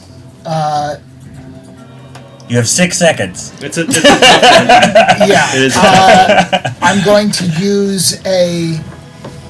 use my bonus action to attack with the spiritual weapon. okay. So that is an 18 on the die, 24 to hit, That's a hit. and that is 7 plus 4 damage. It's 11 force damage. Okay. And then I believe I have a hand crossbow from somewhere. I do not know. I have 3 silver bolts. So I'm going to pull out the hand crossbow and attack. Okay. I believe the hand crossbow is finesse. Yes. So at least I'm not rolling like with a negative. Yeah. So, however, I'm not. I don't think crossbows. Well, a hand simple crossbow is weapons. ranged, so Right, I'd be using dexterity, but Yeah. I'm not proficient in hand crossbow. Yeah. yeah, I don't think you are. So you don't. Or actually, are they simple weapons? I don't- Or no, but it doesn't even matter if they're simple Regular weapons. You're not crossbow proficient with all is simple more weapons. common than hand. Yeah. Yeah. I think I Light am crossbow, proficient I in mean. all simple weapons. I don't think hand crossbow is in there. Either way, I don't think it is. Yeah. I think Maybe light hand crossbows and light crossbows are simple weapons, I think. No, it's Anything martial. else? It's Marshall. Really? Yeah, I so think I that don't have. only light So I'm crossbow adding is 1 simple. to this roll. That is a 4 total. So silver bolt. Yeah. The silver bolt. The ravens part as it flies past them. The silver ball. The werewolves go first. You notice that one of them, again, it almost grows in size as it rears its shoulders back, the one that you just hurt, and it seems to get stronger. Or, to recover some of its health, at least some. The other one does not. Then the two of them, the first one, the one that didn't recover its health, turns to Rowan and again tries to use its bite to kind of grab on and pull Rowan away. And because of pack tactics, that's a hit. So it's a successful grapple on Rowan. Plus Rowan roll a Constitution save. Ooh, yikes. Not good for me. Where did my character sheet go? Can't help you. Oh, there it is. Can't help you there. Why not?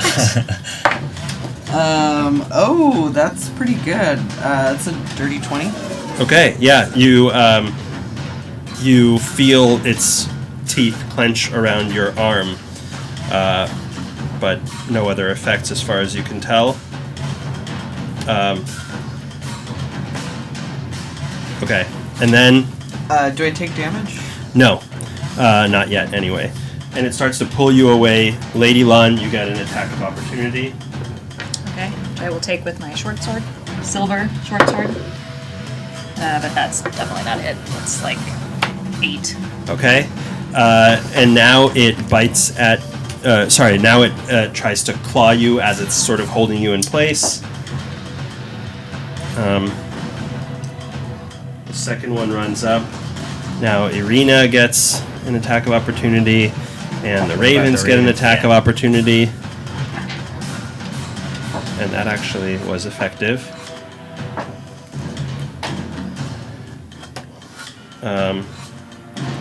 Plus... Okay, that's pretty good. As it runs over here, it tries to bite you as well. Pack tactics. and 1 success. Roll a con saving throw again.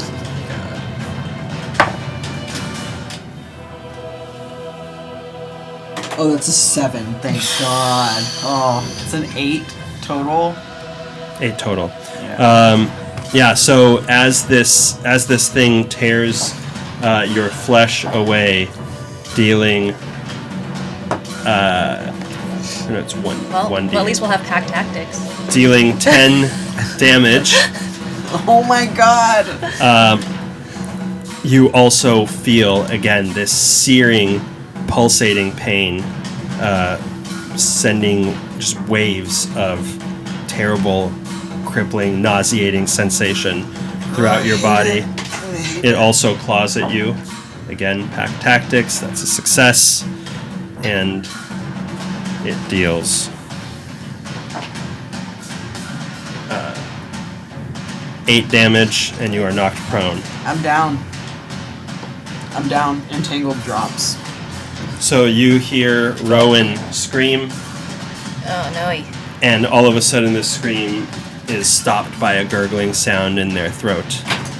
Something really cool to do next turn. Oops. Yep. The ravens all descend now on the werewolf, so that's nice. It's So nice. that's another. That's a miss. That's a hit on that one, dealing.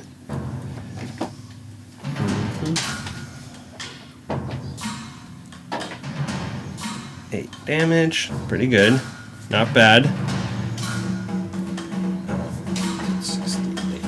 60. Okay, and then the other one does 1 damage. Okay. Next up, we've got Lady Lon. Alright, so Lady Lon's gonna go over to the werewolf that is closest to her now. The one that's not Closest text. Alright, and she's gonna attack with her short sword, silver short sword, that is 16. Okay, that's a hit. Okay, so she deals 8 damage. Okay, so 8 damage to that one. Yep. Got it. Then she's gonna attack that same one again. Okay. Again, stabbing ooh, with the That with is a natural 20. slicing with the short sword. So you roll damage twice, Okay. but then add strength only once. Well, it's dexterity, but yeah. That's 8 again. Okay, 8 total. 8 total. Okay. It seems like it is getting to be quite injured, and what's more, every time you plunge the silver into its body, you notice that the flesh curls away from the wound, and it doesn't, just like your wound, it's not healing as quickly as the other wounds seem to just close up and reconstitute themselves. Anything else? Well, Monto. Monto, right? Does he count as a creature? So Monto does 14. Does that hit? Yes. Okay. Okay, I think the rule moving forward, I'm going to rule this because getting another creature is a huge advantage in the game. I think that Monto can come out for, let's say, 3 turns, which Okay. this is the last turn, when Lady Lon takes Significant damage. is either taken to 0 hit points or takes more than 70% of her total hit points in a turn. How about that? I mean, I was down to that Yeah. point. Yes, pretty I much. know. That's why I Okay. retrospectively am creating the rule. Okay, but can Monto... Alright, well, anyway. Yes, this is his last attack. Go ahead, Monto. Ooh, good job, Monto. 7 damage. Okay. But also, you have to make a strength check. save. Yes. So Monto, the wolf is so startled by Monto jumping out that it falls over prone. And has a heart attack. Yeah, the damage was purely cardio health. Monto's like just as surprised. Eric's turn, then Rowan. Monto's so surprised that he goes back into the sleeve. Eric has heard I mean, these are other cannons. So. has heard that silver is the way to go. So I'm gonna move a bit closer, about half the distance. Yeah, a little further, a little closer. Yeah, there we go. All right. Gonna go launch another silvered crossbow bolt at the hexed motherfucker. Ugh. Sorry, rolling a non-metal die, I almost threw it across the room. Ooh, 12. That's a hit. Oh! All right. So piercing and necrotic. 2 silver and 6 necrotic. Okay. So, again, as the bow or the bolt lodges in the werewolf's side, and the damage from its hex sort of emanates throughout its whole body, and it rears back in hate, pure venomous hate toward you. Fantastic. Rowan, death save, please. Oh god. 2. Okay, that's a fail. Fail. What? I don't like Irina. it. Get me up before the werewolves go again, or I will be dead. Okay, Irina Here she comes. uses. She has proficiency in medicine. She tries to stabilize and succeeds. So you are at 0 hit points and no longer making death saves. Okay. And that is her turn. So next up is Father Esquivel. Seeing Rowan stabilized, I'm just going to check a thing. Is my spiritual weapon close enough to move to hit any of these creatures? How many? It needs 20 feet. Or I have a limit of 20 feet, sorry. No, Okay, so I'm going to not move it. not move it. In Right. fact, Does it take a bonus action to move it? I can move and then attack using a bonus action. I'm not going to bother with the spiritual weapon. I'm going to use a bonus action to cast Sanctuary on Rowan. Okay. Thank you. Yeah. And remind us of the effect there. Roll lifesaver.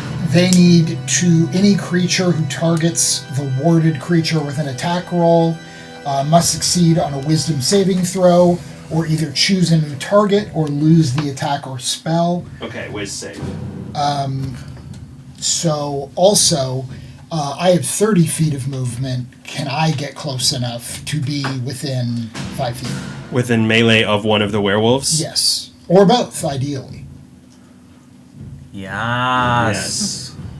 Great. I'm going to do because I can't do more than one spell in a turn. I'm going to do Word of Radiance, 5-foot emanation, creature of your choice. So both the werewolves, and I can't tell if there are any wolves No. up. Both of the werewolves need to do a Constitution saving throw. Okay. Wow.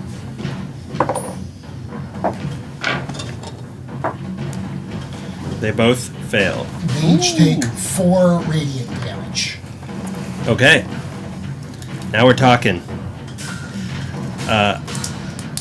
Yeah. So, one of them uses part of its movement to get up, and it moves to strike Rowan, but then recoils, seeing that it's got some foul-smelling, unholy energy on it, and instead they attack Father Esquivel. So both succeed in biting. Roll 2 DC 13 con saves.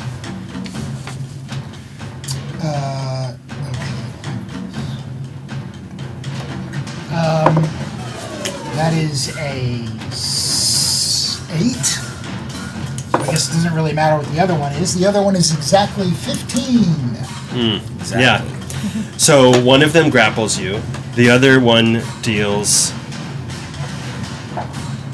6 damage. But more importantly, that bite is leaving a lasting, pulsating impression on your arm. Yeah. What level do you get remove curse? It's a 3rd level spell. Okay. So not next level. Minimum level 5. 5. Okay. I'm gonna go ahead and not get cursed. The one that has grabbed you begins to pull you away. But you'll be so lonely. Lady Lon, you get an attack of opportunity. Okay. Let's see. That does not.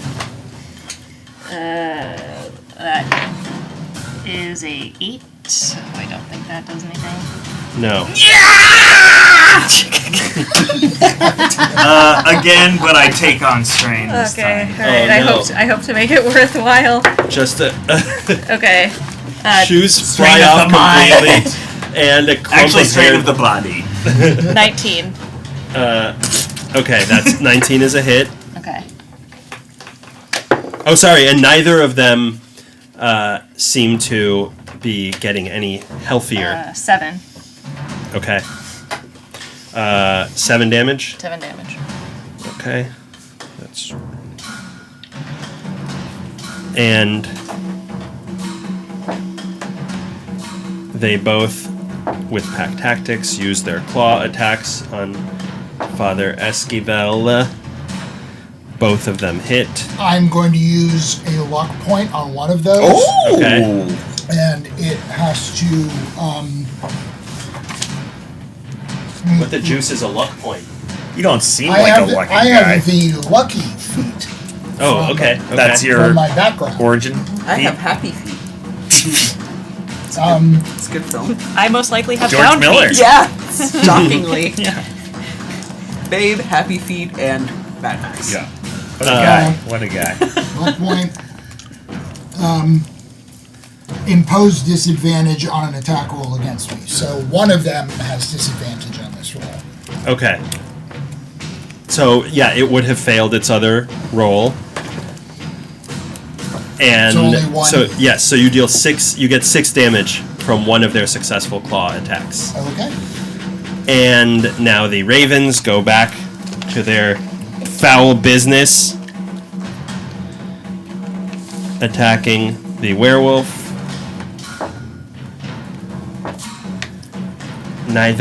None of them managed to hit, unfortunately. But that does lead us to Lady Lon. Right. So they're both prone. Neither of the werewolves is prone. Wait, where? Oh, I see. Got They've it. just. Okay, so I walk up to the one that is not hexed. Okay. Yeah, so these are the werewolves. So the first one is an 11. That's probably not a hit. Okay, 11 is not a hit. Oh, God damn it. 9. Okay. I'm just. 9, also not a hit.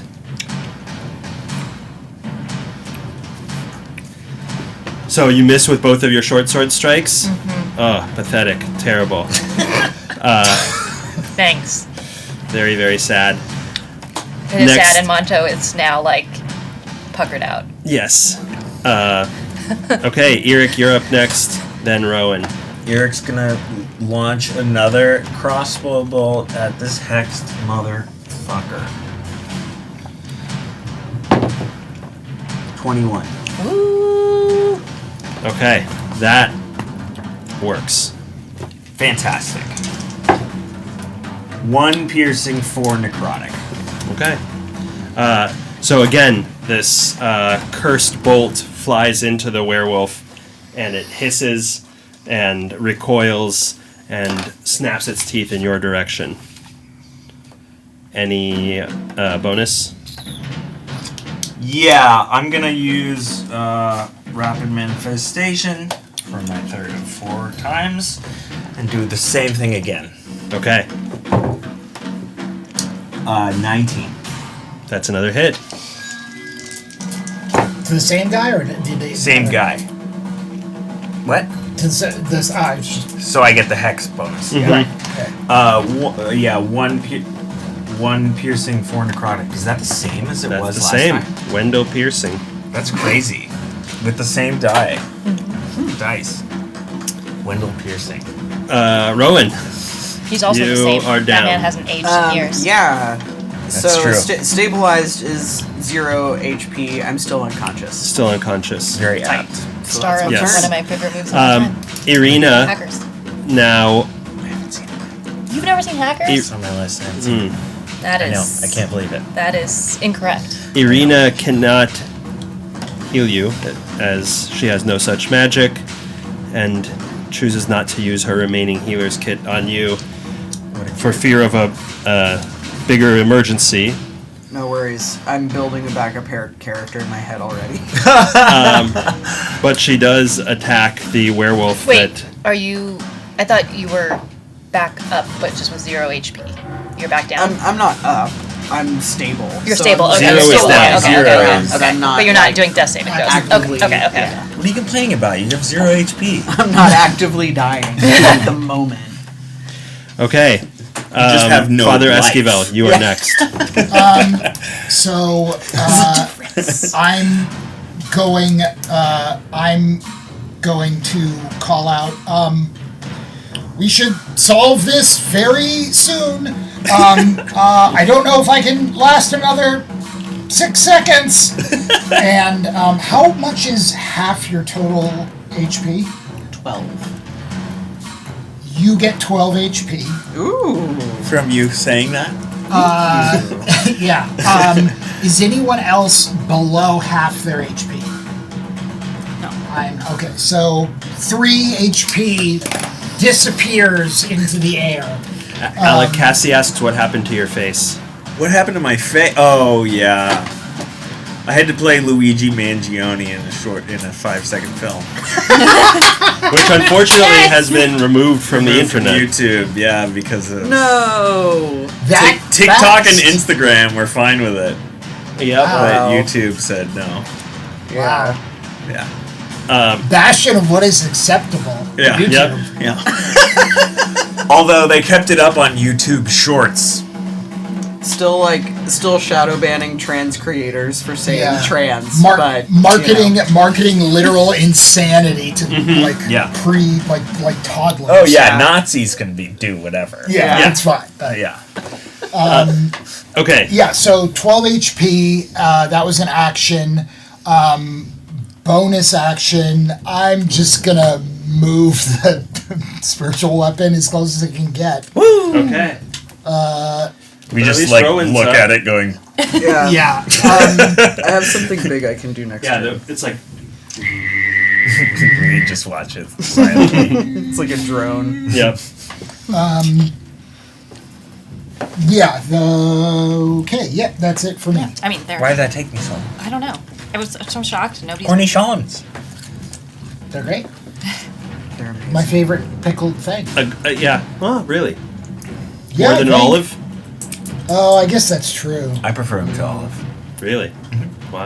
Well, they're both here. I like a half sour pickle the best. I only think of pickled things as being like suspended in like salty vinegary water as opposed to olives, which are Just salty water. Not as briny. Do you want to hear a super bougie complaint? Yes. Yes. That's very quick. So I made a delivery grocery order, and I was like, I'm gonna get some cornichons. How could you? And they left them out? and then they were like, we don't have those. Here's the best acceptable substitute. Oh, no. And it's like fucking plain old baby dill. Oh my god. Not the same thing. No. Oh no. Yeah, that's Yeah. very different. That's like if I order like another one. Bubby's half sour pickles and they bring me like Vlasic bread and butter. Yeah. Oh my god. Or like relish. know what sweet we've relish. done. Sweet relish. Yeah, Heinz sweet relish instead. Instead of Eat like, with your hands. I love baby dill pickles, but like, don't try to tell me No. no. Acceptable substitute. It's my honestly ass. like giving you mustard if you ask for mayo or ketchup or something. Yeah, Like, yeah. it's another condiment. Yeah. No, it's not. I can just see our like stream count, like so many people. No, I'm finding it thinking. unsympathetic. You think people are coming for I the think you quarter shots? turn that pickle around. Yeah. I Hockey think stick. the Cornichon fandom will come out Yeah. and support us. They just give you a cucumber and some vinegar. Yeah, we just need a clip to put on Tumblr. Well, France should be coming online right now, right? So this is good. Yeah. Yeah, come on, France. Cornichon of the dead. Huh? Strahd. Oh, Oh, hey. okay. Okay. So. We're still waiting on that buy one, by the way. The binary. Yeah. Yeah. Bite. I'm sorry, I didn't want to throw you off and send you down this path. Vital. Nope.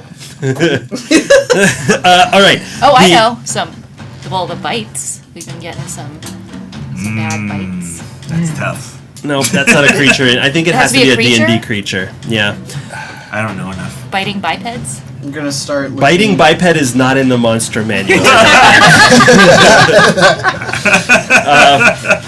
That might be some fan content. So the werewolves are crazed now in their About time. Shooting down my creative ideas. Father Esquivel is still. You haven't gotten up. Oh, I mean, I guess if I had movement last turn, I would have you gotten may as up well off go. Father it. Esquivel just sitting on the floor. Might as well. So they will continue their relentless attacks on you. Sure. One of them is I'm going to use my other luck point Okay. to make one roll with disadvantage. And your armor class is 18? 16. Okay. Both miss with their bites, but they also have pack tactics with their claws. And that's 2 hits with the claws. Should I maybe have saved the luck point for the claws? Not necessarily. I mean, you are already bitten, so it's sort of like the damage is already done. You're only so lucky. But anyway. Those attacks deal 10 and 7 damage I'm done. to you. I gotta say. Okay. Looks really good. That hat. Father Esquivel is being ripped from these like claw after claw strike on his That's limp body, and he manages one final scream. The ravens continue to attack the hexed one. Once again, Eric says, "Yikes." they don't. Neither of them has regenerated. One of those guys successfully attacked the ravens. There's 6 hit points. Okay. We've got Lady Lon next.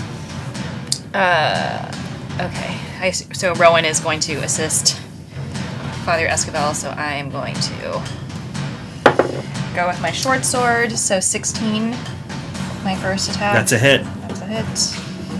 Non-Bahirnary. Yes! What's a Bahir? It is a huge monstrosity. What's up here with you? What's the damage? That was 4. It's a Okay. huge monstrosity. And then Come on. the second one is a 9, so I assume not a hit. 9 is not a hit. So again, you slash your sword. It manages to block one with its claws, but you notice one of the claws even gets like damaged and goes flying, and it is down to its last fighting gasps. Are we going to see a Bahir? Yeah, What's up but here not with you? that art. Eric, That art your is turn. trash. Sticking with the launching of the bolt. The launching of the bolt. The launching of the Cute. bolt. Snake. Yeah. Here it It's like a comes. snake dragon. Yeah. They look like things look like this. 15. That's a hit. They have All electric. right. That's the hexed one, I assume. Oh yeah. I Natural. only F with Yeah, the of hex. course. Yeah. Yeah. Oh, Yeah. it looks like a Bahir. kraken. That looks like a thing that was at Burning Man this year. Like a long Like kraken. millipede dragon. Yeah. Ugh, gross. Oh! Cocked. I gotta redo that one. That's a 6 though. Officially that That's guy. a 6. 6 necrotic and 1 piercing. Okay. So 7 all day, yes? 7 all day. 7 all day, and all of the night, Rowan, then Irina and Father Esquivel. You are right, Right but I'm on. not going to use a bonus action. So I'm gonna drag me body. Oh no. Over. I want to get within 10 feet of the werewolves and Father Esquivel. Okay.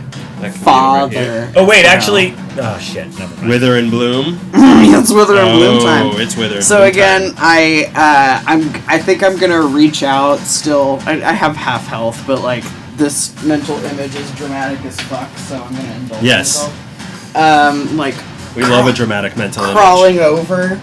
The werewolves don't notice me. I reach out and like grab one of their ankles. Ooh. Mutter some creepy Latin, or no, creepy Scots Gaelic. Let's go with that. And cast Wither and Bloom on their asses. Right on their asses. Yes. Okay. Gonna wither Each their creature- asses? I'm withering those asses. Wither each their asses. Creature of your choice in that area must make a Constitution saving throw, DC 13, Okay. or take 2d6 necrotic damage. Oh. They both succeed. God damn it! Can I? Can you barb? No, I cast. you I can't. cast Wither and Bloom. I can't cast Silvery Barbs as a reaction. But you You can. but you it's- take it's a re- healing. It's a reaction, and reaction. It doesn't. Wait. What are Reaction can only be not on your turn. Yeah. All right. You can't react to your own thing, Yeah. can you? You have to react not on your turn only. It's a magic. No, you can counterspell somebody else's counterspell. You can? Well, under the 2014 rules. But is Yeah, counter like- spell then a bonus action, or in that case? No, it's it's still still a a reaction. reaction. I think you can react to something that's not on your turn. You just get one reaction per Per round. round? Okay. It's not technically part Right. of your turn. Well, No, then I yeah, guess you're I don't right. know why you Were you would not. thinking it's like a magic action? able to that do you it. Can't do too. I think you can do it. Yeah. I mean, fuck it. If You also can't cast two Because spells in it one says turn. like right, when but a, it's not on your turn. it says like target a creature it's not a you're within not casting range. a spell on your turn. Makes You're the save using or a whatever. reaction Yeah. which Yeah. occurs in a liminal space outside your. I'm gonna rule yes. Let's look it up. We should after. look at That is Okay. interesting. Give it a try. Yeah. I've definitely seen it like adjudicated both ways before. Okay. So yeah, Silvery Barbs them. They both fail. Does that count as silver? Oh.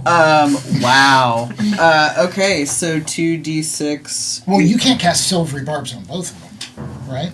It's I only don't know. They- Is it, do they act is it a as- target one? Yeah, I Yeah. think it's just one. Oh, When- okay. and the target is one a of them. creature. Okay, so Right, it's one of those saves. the one that is hexed fails.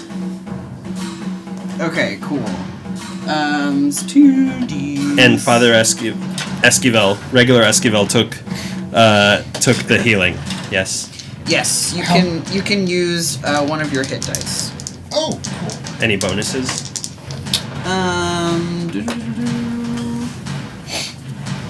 Plus my spellcasting ability modifier. So a hit dice plus 3.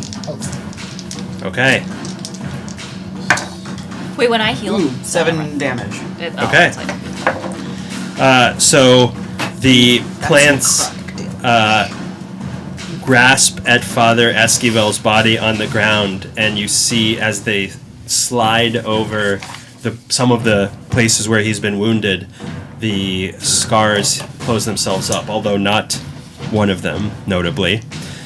And they at the same time coalesce over one of the werewolves and deals significant damage. Ooh. It yowls in pain, and Irina attempts to sort of capitalize on this moment, attacking with her rapier, but missing. Oh, fail on take on a strain. That's like the first time that's happened in this whole fucking That's true. thing. So that's 2 strain for you. Yes. One and body. Both body strain, and the 2 second body one has strain. no effect. Okay. The second strain has no effect across the board. I'm going to say half of your hair on like one side of your head has gone stark white. Oh, God. Oh, wow. Okay. Like a Tumblr core scene girl now. And it is it is regular Esquivel's turn.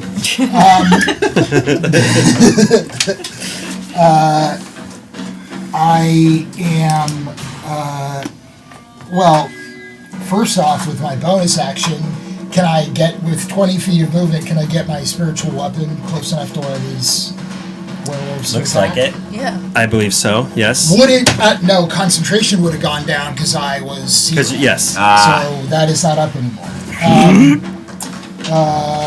So I am,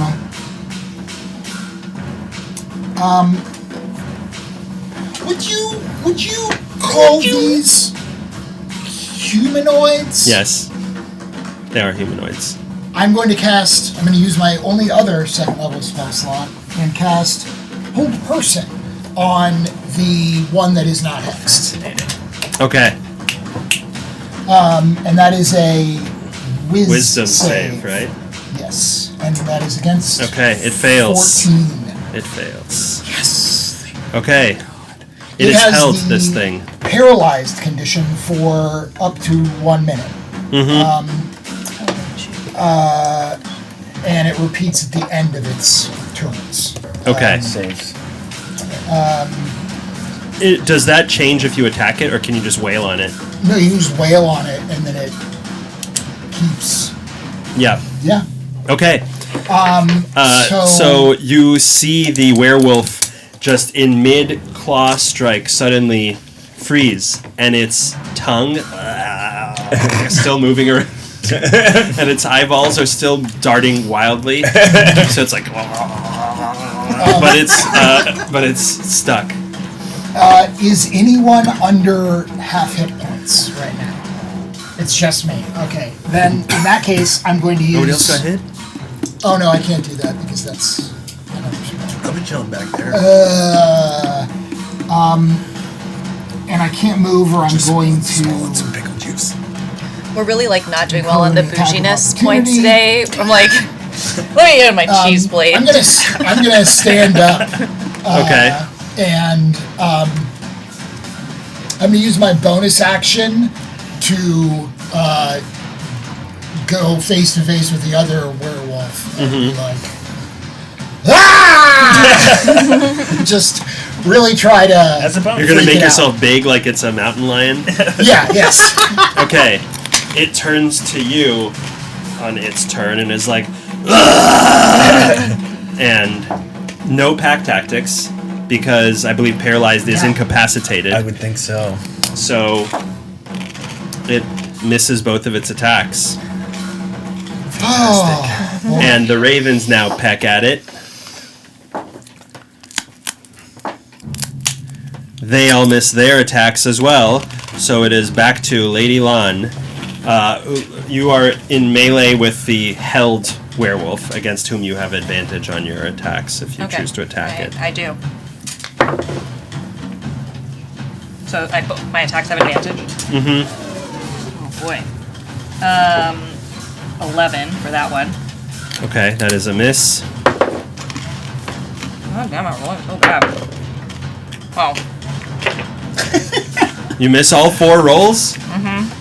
Wow. It got worse and worse. So you Oh, no. swing with the short sword, and you're sort of trying to anticipate the momentum of this thing, not realizing that it's actually held completely in place. And it's quite a... yeah, it's very embarrassing. It's all over the place.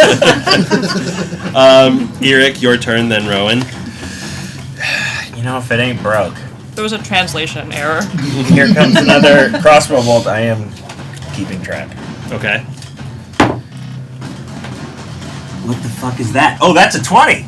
Okay. Oh, man. That's 26. a critical on the... Hexed. Yes, and but it's a critical on the bolt, not on the hex damage. I don't think. Right. Oh, does that mean doubled? Yeah, you double. Yeah, so roll the bolt damage twice. Is that what it is? Yes.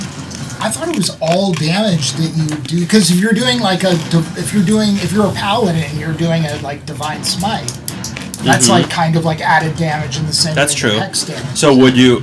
And you re-roll it. You would double the smite too. Yeah. Okay. Fine. Okay. Roll 46.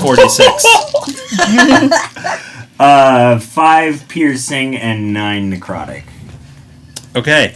So the arrow flies, or the bolt flies without any propulsion other than your mind toward the werewolf, and it lands in its chest and then sort of wiggles around a bit and then just plunges a tiny bit deeper, and all of a sudden it crumbles to the ground, shrinking slightly, and reverts to its form, which is a brawny young man with a kind of severe, scarred, cruel-looking face and oily hair and a bloody, raw red wound across his chest. Here it goes, ew! And then as a bonus action, I'm gonna move that hex to the other one.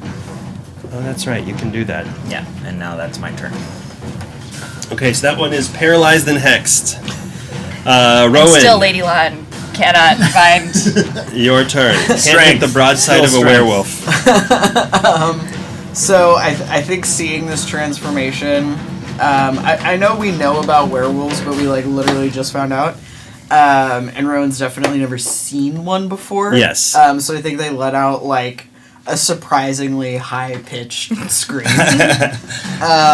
And like they think it's really cute. no, like a scream of terror. God! And I think they're gonna like forget a little bit some of the smarter things they could do with their action economy. And I'm gonna use a bonus action to cast Shillelagh. Okay. And I'm just gonna fucking hit this thing. Okay. With a big stick. And you have advantage. I do. Shillelagh. Ooh, 21. That's a hit. One, So you swing the club down on it. Come on. 11 damage. Nice. Okay. So you pound this. You hear like the wet thwack of this club, and it takes a moment because it's frozen for like at first like nothing happens, and then slowly the blood starts seeping from its face because it's still part of its body and stuck in time. But it starts to flow just suddenly in a large wound on its face. Irina runs up to it as well, unless do you have other actions? No, that's it. And tries to stab, missing. And she's like Lady Lon. She's like, I think I know where it's going, and just misses wildly. Father Esquivel. Try to stab where it's going. I mean, I'm going to. No one has hit it with silver. I'm going to. No, not that one. Not that one. You're right. I am going to try to didn't hit it at stab all? it with a crossbow bolt. Okay. It's you roll. I have advantage. Yeah, roll with advantage. Still not proficient with. With makeshift weapons? No, but it's an unarmed strike. Yeah. Okay, so that was not going to do it, probably. Improvised weapon? And that also, that's a 5 plus, that would be a 6, I think. This is the most pathetic thing I've ever That seen. doesn't do it. There's a werewolf just like this, and everyone's around it, like missing. So I have my eyes closed, like, hey! yeah, And it's like, Like, unless I get somehow hurt, that concentration's not dropping. You're like doing a breakaway like dunk, like you try to alley-oop it to yourself, and the ball just goes like way over your slashes with it as he's jumping backwards. At the beginning of its turn, you notice that some of that blood that started to spread just sort of like slowly starts to go back into its body. It can on its turn roll to save. Oh, okay. Right? I believe that is how. I thought you said it. I thought you said at the end. I don't know why. At the end of each of its turns. Yeah, of each turn, okay. It's safe. And it succeeds. Against 14? Yes. Ooh! So it is back, and it's a tiny bit stronger. The ravens descend upon it as well. They're kind of flying and swarming all around. One of them uses its swarm ability. It occupies the same space and deals 6 damage. That's pretty good. And it is Lady Lon's turn. Okay, so I no longer have advantage. Correct. You no longer have advantage. So maybe now you can do it. maybe you'll roll good this time. Nope. Oh my god! All right, but I have one more. Wow, that is Eric's a like, 1. Like a natural one. Oh yes, Okay. that is. I rolled a 4 and then a 1. Last time I rolled a 2 and a 3. So we're really I'm rolling. going to say that you become so frustrated with yourself that you lose your frenzy. Oh damn. Okay, then I take 1 exhaustion. Uh-oh. welcome to the club. Yeah, welcome to the Los Exhausted Boys. One's not bad. You don't really have to worry after like 2 or 3. Eric. Woo! Erin. Eric doesn't know why he didn't think of this earlier.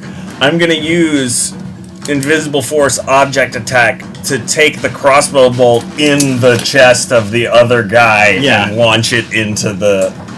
Wow, okay. Smart. That's conservation. Yeah. Oh yeah, baby. 22. That's a hit. Truly remarkable. Oh, I'm sketching it. It's too weird. Yeah. Check this shit out, dog. Oh no, that's a 1. I thought it was a 6. 1 necrotic and 6 piercing silver. So now, again, the thought it was double bolt six. lodges itself in the chest and sort of wiggles around a little bit. And the werewolf simultaneously crumples to the ground and begins to revert to its form. You see this pale, scrawny young man with this lean, muscled frame, clothes torn completely off. I mean, this one is nude. And it has across its like lower abdomen a bleeding red wound. On the other hand, the crows take off into the air, the ravens rather. Blue, meanwhile, sticks around and sort of lands on Esquivel's shoulder. And you've defeated the werewolves. Yeah, I'm gonna go collect my bolts. Yeah, I'm gonna help because one of mine is out there too. They're all over there except for the one which is over there. Okay, well, congratulations, everyone. Jesus How about that? Christ. I Damn. have like no resources left. Yeah, we got a long rest. Yeah. This is. We just woke up. I know. Probably not in the middle of this area. No. So, let's clear this off. Good job. Yeah. Oh, Really? I don't know if that warranted a good job. I think I should have hold I didn't take personed any them damage. I mean, thanks to you guys, I actually have a fair amount of HP. I just could not hit a non-moving target right in front of me. Okay. Well, all of a sudden, the woods are very quiet by you again. Are you guys down to play a little longer? Maybe half hour? Sure. yeah, I'm up for it. Lady Lon? Okay. Silent assent. Just not more than half an hour, Okay. please. I think I think that will get us to where we want to be because we may have a couple weeks break. So you Unless find we want to do a yourselves special session with my parents as guest participants. Ooh. well. Played some werewolves.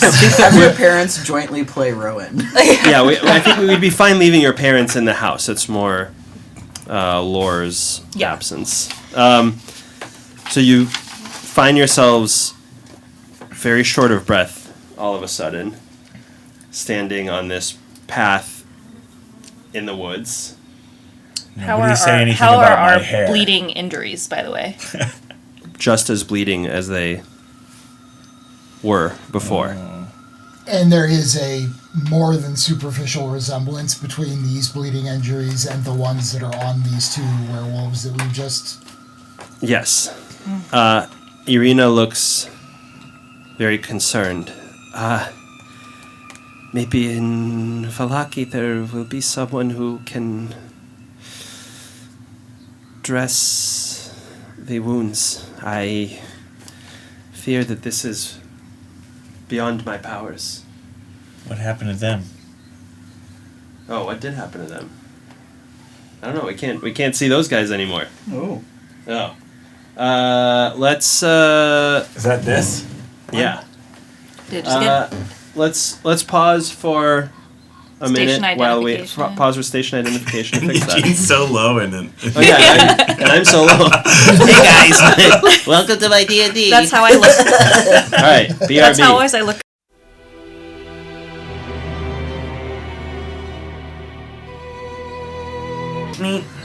Okay, We're back.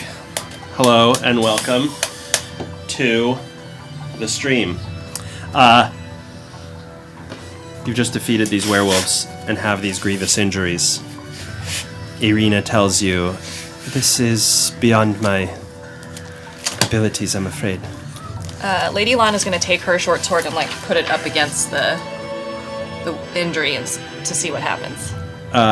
It almost imperceptibly, but to you, since it's your body, you can almost tell that your flesh almost parts as the short sword meets it. Like it is like a hot knife through butter. Yak butter for Lady Lon. I did. Oh, this blood is going to get all over my clothes. Yeah, how fucked up are we, our accoutrement? Specifically my robes is what I really care about. Commensurate with the wounds, Irina says, maybe in order to not alarm people, at the seriousness of your wounds, you may consider cleaning or dressing. Are we close? I think maybe another 4 hours of trudging. Oh boy. Do I in my herbalism kit, as I have a healer's kit and an herbalism kit, but specifically my knowledge of herbalism, would I know anything that would sort of at least dress these wounds temporarily? You could bandage up the wounds. Yeah. Okay. How effective that'll be is another story. Okay. I can, I'm not entirely without knowledge in the realm of medicine. I could try to clean and dress our wounds as best we can. I think we should take a moment for that, probably. I believe Eric is the only one who I'm cool, baby. doesn't need it. Yeah. But don't talk about But my we hair. tie a little bandage around the wolf just so that you don't feel like left. There. So yeah, would that be a separate check for each of us? Mm-hmm. Here, pass me a tissue.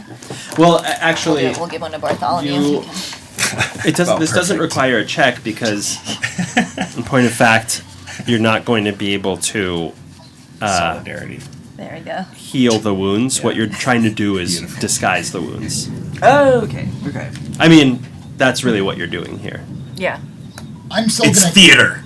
I'm still gonna cast It's theater. Cure Wounds on myself because I have 6 hit points. Yes, okay. And you do, regain whatever hit points you need. Expend the... I'm at full health. Okay, you can expend the charge, but the wound is still as angry as it Yeah. was the moment that it was opened. Oh my god, I should have been rolling d8s instead of d6s that whole fucking... Ooh, battle. for the force, for the... Yeah, I also Propulsion. Now I realized know. halfway through that I had not been adding my proficiency to one thing, and don't worry, that would not have saved me on any of the things towards the end at all. Can't really do much when you roll a 2. Well, it looks better. Yeah. Looks great, guys. You are not a very good liar. Blue says, Was good. were those? Did you bring those friends? Blue opens their mouth, and out of it comes a sort of a single fiddle playing a kind of a jaunty tune. It's friendly. Yeah. Was. I see what you're saying. It didn't feel like that though when we were. It opens its mouth, and you hear a sword, the sound of a sword whooshing through the air. Cool. We're really good at that. Well, let's see if we can find all of our silver, and then I don't suppose any of these people have anything valuable on them. They're Yeah. bereft of Didn't anything. even bother searching. Irina says, perhaps we ought to begin walking to make it to the gates of Valaki and without needing to spend another night on the road. I would think we would profit from the protection of its walls tonight. Sounds That seems wise. Yeah, I'm gonna keep an eye out for like somewhere where we can stop and clean up, like stream or river or pond or something like that. And somewhere more specifically where I can have privacy while doing that. Okay. Roll so for the first couple hours of walking, Lady Lon, roll a d20. Really? You want me to be the one? Well, to because roll? you're in front. Well, that's a 3. You do find a place. You hear sort of in the back of Weighted. in the back of your consciousness a bit of a gurgling stream, and turning to your right, you see not 50 paces off the road a brook running next to the forest, with the opening into a sort of valley up ahead. But this could be an opportune time to clean up. Yeah, I mean, if we're going to be getting into this, I think automatically that, I say in character, I think it highly likely that if we show up like this, they're not going to let us inside. No doubt they've had to deal with people like this before. Those we just dealt with could have been people they turned away. So I agree. I'm going to go off somewhere and clean up, and I'll yell if anything's wrong. Irina says, I may prefer rather to wait until we have an inn of some sort, but I'll wait here on the road. I'll also wait on the road. So the three of you guys go clean up. Yeah. I Clean just up. want to splash some water on anything visible. Okay, and Father Esquivel, you go off on your own.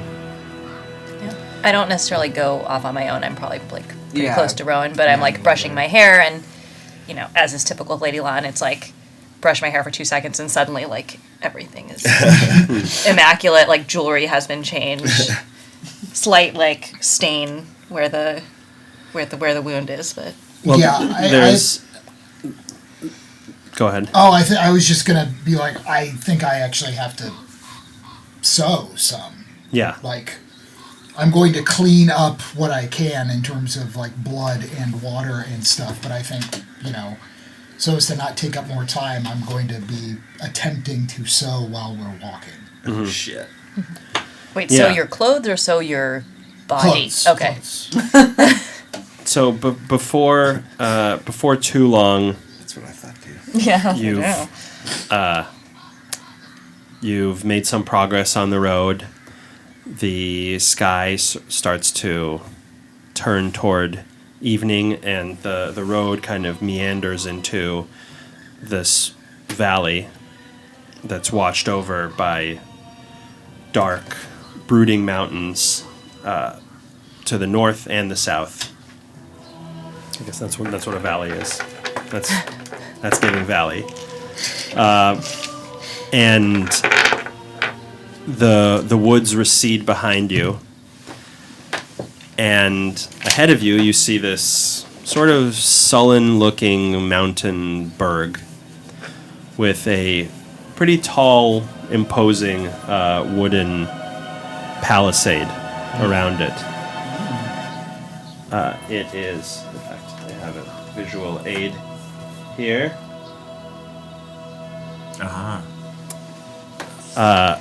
The fog sort of presses up against the wall, almost like it's looking for a way inside. But it is abated. And on your side of it, you see a gate, and in front of it there's more than a dozen ramshackle tents that have been set up right next to the wall. As you get closer, you can see that among them there are dozens, maybe more, ragged, emaciated, bedraggled people milling about as they sit by these low-burning campfires or bedrolls, and you see them sort of ambling and watching with these silent, kind of hollow gazes. They show some recognition at first, passingly, and then more, with more determination, to Irina. But none lift a hand to greet or make any kind of gesture in warmth. Irina says, these are my people. These are the people come from Barovia. They're not being allowed in, or I don't know why. I need to go talk to them. I need to see them. Please go on without me. I'll see what's happening here. Are you sure? Should we Wait for you somewhere, or? I can meet you later. If you wish, you can stay with me. I don't know what we can learn here, but I need to be here. I need to find out what's happening. This doesn't. We should. I like the idea of getting to a town. This doesn't look particularly inviting to me. I'm personally concerned that we may be losing Time. that we Yes. Yeah. require to Yeah. not suffer consequences. Yeah. We will Agreed. seek a healer and come back for you after. Yes, I'll see you in the town. Find us before dark. Okay. Or maybe shortly after. If they let any of us in. So the gate itself, you see a sign above it that reads Morning Gate, and someone has put a U God damn. next to between the O Damn and kids. the R. It's very Alkaline Trio coded. So On the gate, there are these iron bars draped with these heavy iron chains and a padlock attached to the chains. However, the doors are now sort of propped open, not enough to fit through. And on the other side of them stand 2 guards, a man and a woman, and they both. One is holding a spear, the tip of which is glinting in a way that tells you this is probably silver. One of them has a crossbow, and they, as you approach, they say, the one on the right says, "Halt! Identify yourselves." Lady Lan kind of straightens up and goes, "I'm Lady Lan. Let us pass." Pass. To come into the town. Yes. It's getting dark. Where are you headed? We come into the town to seek some shelter for the night. From what? Do I look like someone who sleeps outside? The woman that you're speaking with gets a nudge from the partner. She says, "Okay, all of you. Your teeth. Show me your teeth."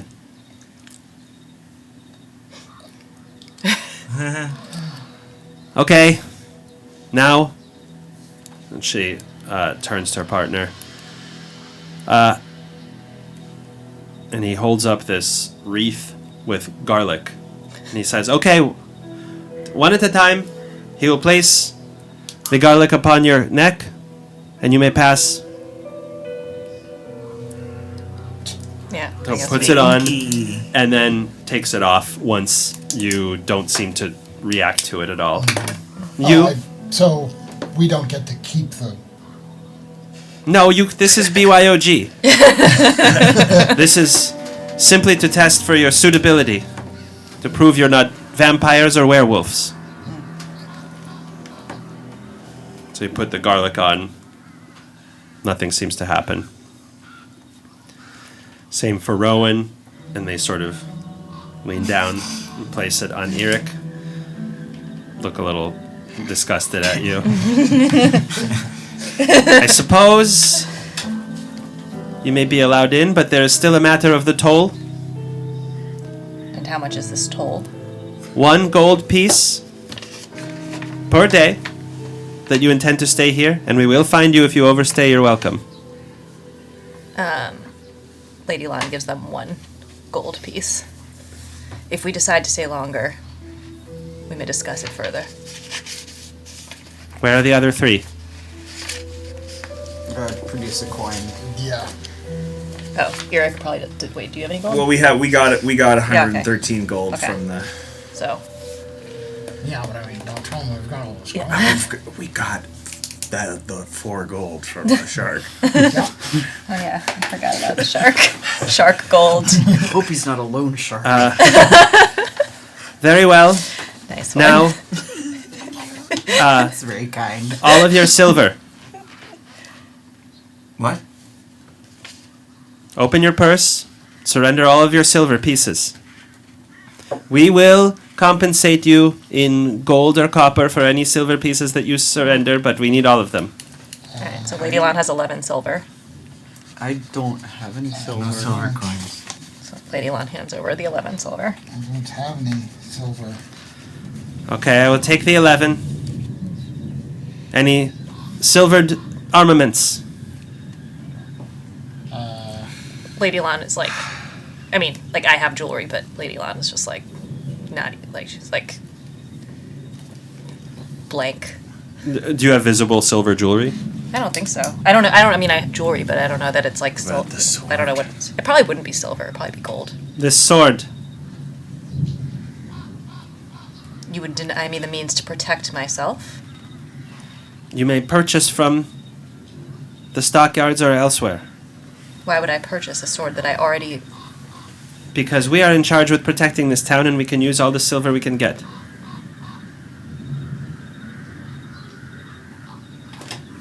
Do I get the sense that I can, like, in terms of Lady Lan dealing with, like, people who she deems to be sort of, like, under her, does she get the sense that she's going to make headway if she continues to argue? Roll an insight check. Do I have disadvantage? Or that's just that's I don't think so. for the exhaustion? Not on insight. Yeah, all checks. Oh, all checks. Oh. I guess you do. I thought it was just strength and dex. All checks. Insight. Yes. So 12. Okay. You feel like they're following orders pretty adamantly. It's going to be difficult to convince them otherwise. Lady Lan says, I give you this now, but I expect it to be returned to me when I leave the city. A fair trade. We do exact the 10% tax for any silver we confiscate, but in this case, a sword intact is better than one broken into 10. Very well. Proceed directly, I would suggest, to the Blue Water Inn. As you can see, this child has seen better days. Is there a healer in town we can take him? Indeed they have. There's a child under there. Yeah, technically, yes. He's like been through a lot. a beast of some kind. I joke. Haha. Is there a healer we can take him to get him checked out? There's a church, of course. Although I cannot speak to the healing powers of the chaplain within. There is as I mentioned, the Arasek stockyard where you can procure supply. The what?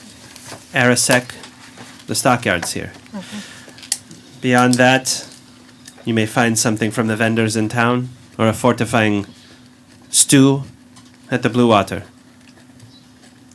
The first words from the other guy that is standing next to her is, "He does cook well, Matakov, at the Blue Water. It is a good thing." Yeah, be off. Very well. Thank you for all of your time. It is an unmitigated pleasure. As you walk into the town, you pass from the sort of earthen road onto the more elegant, if you could say that, cobbled streets. The mud that stained your boots before is behind you now, and the gates creak shut. And you could see the guards resume their posts behind it, looking out into the tent village of the refugees. And in the distance, at the far gate, beyond the town square, you can see these other two figures bearing pikes patrolling the walls as they look down on the forest beyond there. This looks like it was once a pretty big town. The banners hang from the eaves of buildings, although now tattered and lost all their color. They sort of flap and twist around in the evening wind. It's a cold breeze that gets under your clothes and under your armor. The banners have these faded words and illustrations on them, but time has completely robbed them of whatever they might have meant and of the beauty that they might have had before. And behind most of the shuttered windows, you see some flickering light, some shadows moving beyond the closed curtains, and then in the alleys, longer shadows where the grass sort of peeks out from under the cobblestones from neglect, and the wood sags into the alleys. The streets are at this point completely empty. Well, for the most part. You can see one or two figures, and in front of you a single cloaked figure traveling away from you down the central road.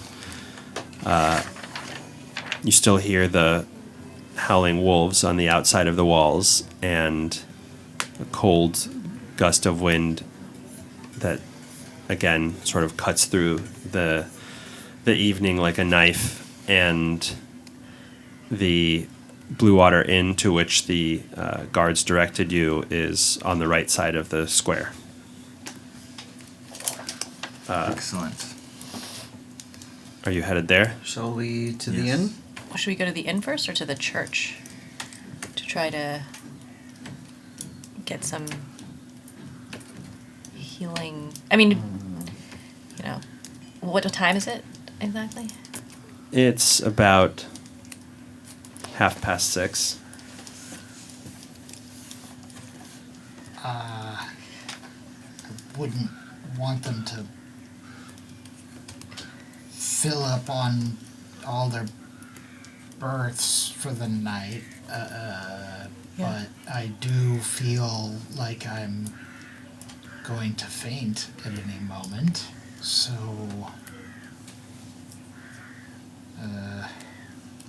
Are you confident that a church is going to have what we need? they seem to say those were the only healers in town. That's beyond my ability to deal with this.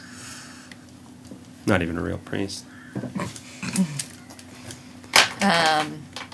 Well, why don't we maybe quickly go to the inn to reserve a room and then go to the church? Sure. Might find out more. Surely we're not, or rather you aren't the only ones who've dealt with this sort of thing here. I'm not sure how much we should be advertising that. Yeah, I feel like we don't want to. Well, I that's I feel like we would know the fact they were trying to look for I think our that teeth and think stuff that, that I think we. that if they're pilfering silver from everyone who comes into town, That's why I really- think it might not be Keep it on the wise for DL. us to be the newcomers rushing right to the church when we arrive. Yeah, also a good point. So you head over to the Blue Water. There's gray smoke that's coming up out of the chimney of this building.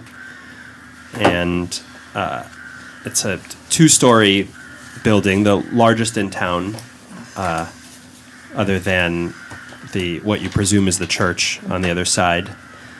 It's got a stone foundation and a sagging tile roof. A few ravens are perched up there, and Blue takes off from your shoulder and joins the ravens there.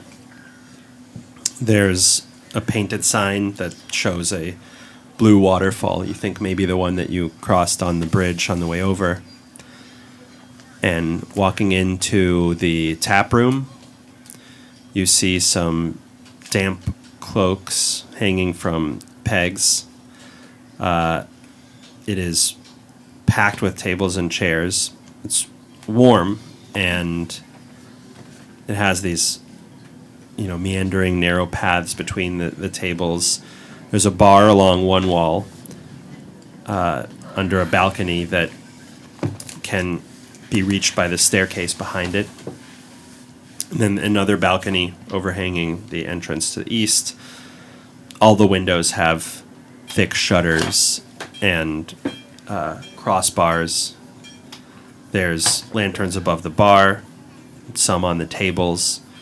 And there's a nice, dull orange light that is casting the shadows of the nearly dozen Valachians who sit here on the walls.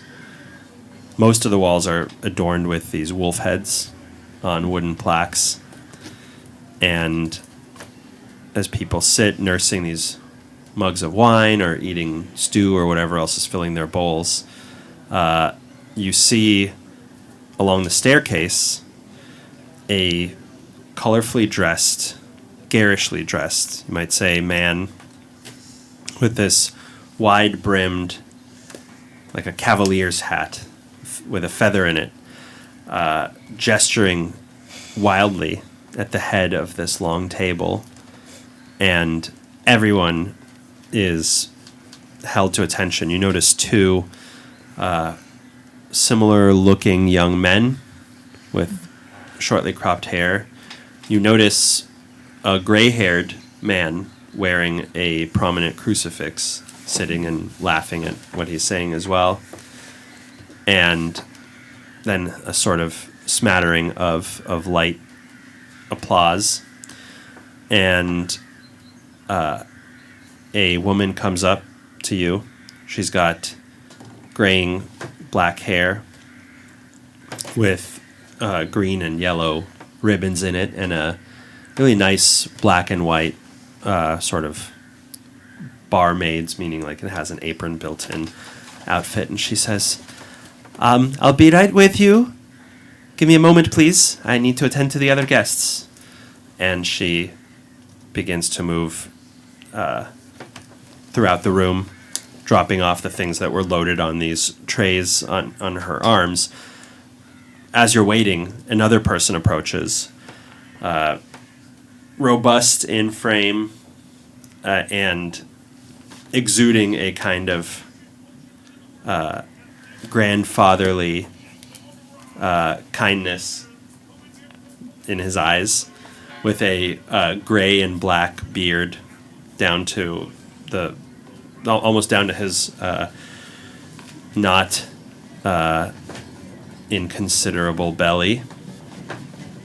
And he says, "Okay, who do we have here? Newcomers." That's right. We're travelers looking for a place to stay, maybe some refreshment. Might see about treating to the boy's condition. I can see. Well, nothing that a little of this couldn't fix. And he gestures to a tray that he carries in one arm. There's some steaming hot, fresh-baked bread, a couple steaks of some kind, and a red-colored, purplish stew that he sets down in front of these two hardy-looking people at the bar who give you the barest hint of a smile and a nod. One with a bald crown and a big long blonde beard, and the other with stringy black hair sort of covering his face. And he says, "That will take me 1 second though, but for now, welcome to the Blue Water Inn. You look like you could use a room for the night." Yes, please. Yes. He begins to kind of direct you there, and then the woman who spoke to you first says, "Orwin, were you about to give away another room for free?" And he says, "No, of course I was going to charge." She says, "Look, he's going to bankrupt us if I let him do this. He is too kind." And she pinches his cheeks. "This is simply too much generosity."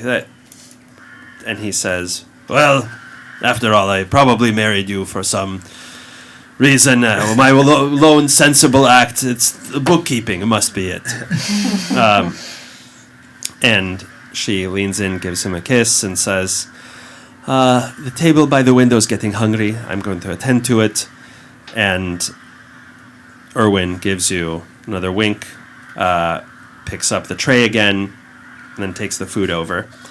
And she says, "I'm Danica. Welcome to the inn. A bed is 5 silver? Sorry, a bed is 1 electrum, I suppose, or 50 copper. And we have steaks of wolf meat, we have soup, we have wine, and apparently we have entertainment." And she gestures to the colorfully dressed person. will you like some beds? Beds and food. And some food as well. Okay. Maybe the table by the window, unless you prefer to have a better view of our colorful guest here. No need for that. And she says, you could probably hear him from wherever you're sitting. You walk past, everybody turns a head towards you, but she leads you to a table and then gestures up the stairs. That room first to the right is where you can sleep. There are 4 beds in there. Should be accommodating. There are some lamps filled with oil and plenty of wolf pelts for warmth in the night. Feel free to stay down Should here. we get like an extra bed for Arena, though? That's a good point. There's another one of you? She may join us later. She was attending to her friends. We do have a second room with 2 beds. She doesn't have to pay for both. We will take that hold as it well. for us, We will yeah. take that as well. Okay. Well, no, Lady Lan is like, I'll take that room. She believes that she can... Will they let her in? I believe so. We're hopeful. Okay, because some I know have been having problems. She can afford to pay the toll. I don't know if She's that's the only healthy. problem. Yes, they're afraid of disease or... I don't know. The mayor is... The burgomaster has his ways. I can't always say... Well, we will pay Never for the mind. 2 rooms, and hopefully she will be able to join us. I'll go ahead and bring you some food. Thank you. Anyone for a steak? What kind of meat is the steak? And she turns left and sort of smiles at the wolf head. You folk really enjoy hunting wolves around here. They are, unfortunately, a menace. Not the worst in these forests, but worse is more difficult. I've heard that. Yes, those 2 at the bar, they are very able wolf hunters. I think just a vegetarian stew. Beet? Perfect, thank you. As she leaves to go fetch your food, you hear the colorfully dressed man begin to... He takes out a sort of concertina and... Friends! Is that? You're thinking of Volo? Yeah. Yeah, he's he starts to sort of play and begins to recount this story. The vampire Count Belasco. He kept his coffin not in a crypt or a keep, but in the cellar of an old decrepit inn, which was managed by his servant Igoron. Poor Count Belasco had a terrible secret. In his ancient age, his scalp was beginning to rot, his hair falling out in great clumps and knots. In embarrassment, he commanded Igoron to purchase a beautiful raven black wig, hoping to preserve the handsome younger man that he had once been. A handsome man indeed, agreed one of his guests, an elderly, near-blind widow named Olivenka. One particular moonlit night, dear Olivenka kept to herself, spending her days sorting and resorting her late husband's rock collection, which she kept lovingly in her purse. Now, despite the Count's odd behavior and his pale skin, she suspected nothing. Her old visitor too blurry to make out the fangs, her old vision too blurry to make out the fangs that poked down amidst his teeth. Now, as always, the Count felt an urge to feed upon her. And though her faltering words quelled his interest at first, he felt the thirst in his fangs all the same. "Igoron!" he boomed. "Fetch my coat. I'm a-going hunting." "Yes, sire," Igoron wheezed. He returned, and he whimpered, "Best to be back before dawn, my lord. I'm cleaning the curtains tonight. Want you nice and safe in your coffin before sunrise." Count de Belasco scoffed. "Fear not, simple Igoron. I know well the hour of my enemy. Not a thing could stir my spirit to linger beneath its dreadful rays." And so the Count departed. He lurked in the alleyways and prowled across the rooftops, yet he found not a single morsel to sate his thirst.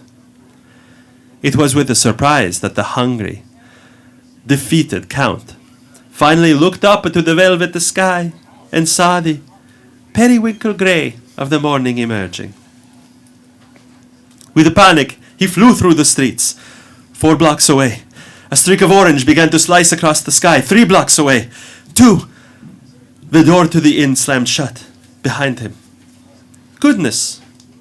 Olivenka, yawning atop the staircase. "Have you been out all night?"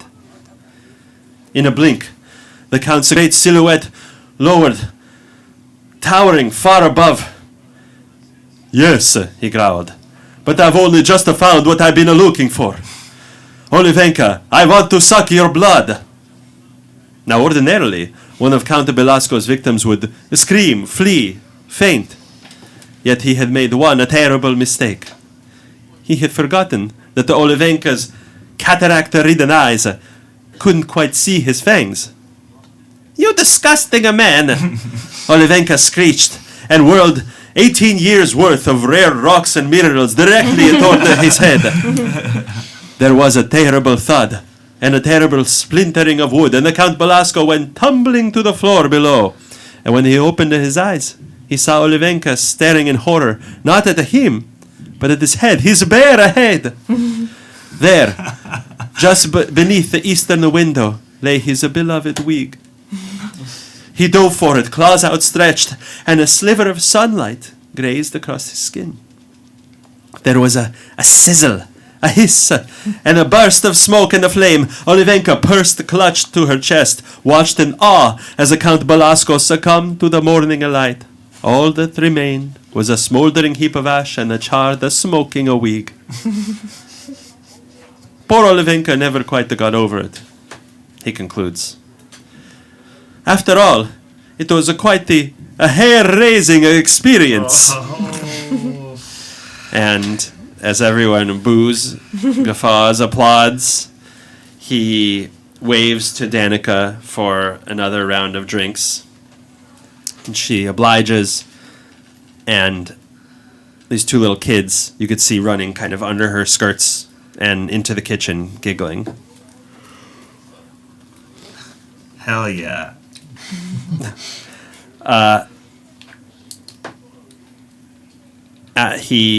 The person standing and telling the story starts to he quiets down and entertains the people in front of him at his table, addresses the priest, addresses the other 2 guys, and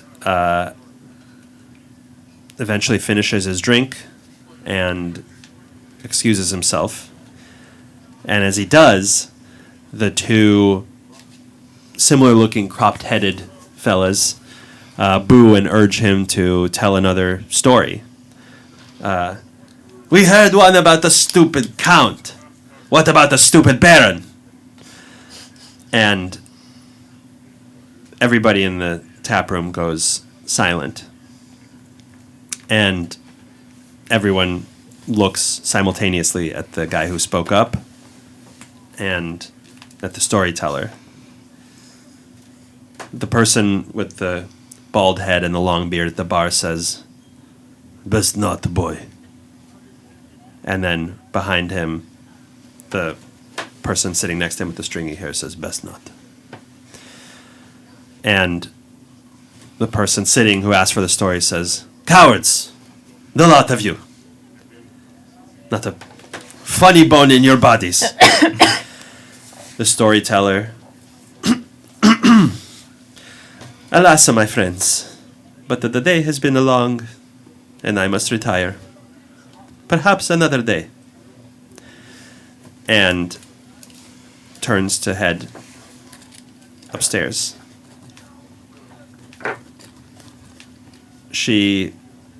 Danica comes up to you, says, enjoying the food? It's delicious. Certainly. Wonderful. And the entertainment as well. Who was that man with the hat and the feather and the stories? Yes, this is the charity case I told you about earlier. He came today with a big wagon, asked for a room, and Erwin let him stay here in exchange for stories and entertainment. Rictavio is his name.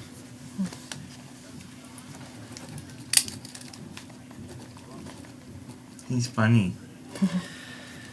He seems to be, yes. Does he have any kind of business here that he discussed? He said he is passing through. Well, he said he now appears to be quite stuck here in Barovia. This often happens to travelers. We've But- heard about that.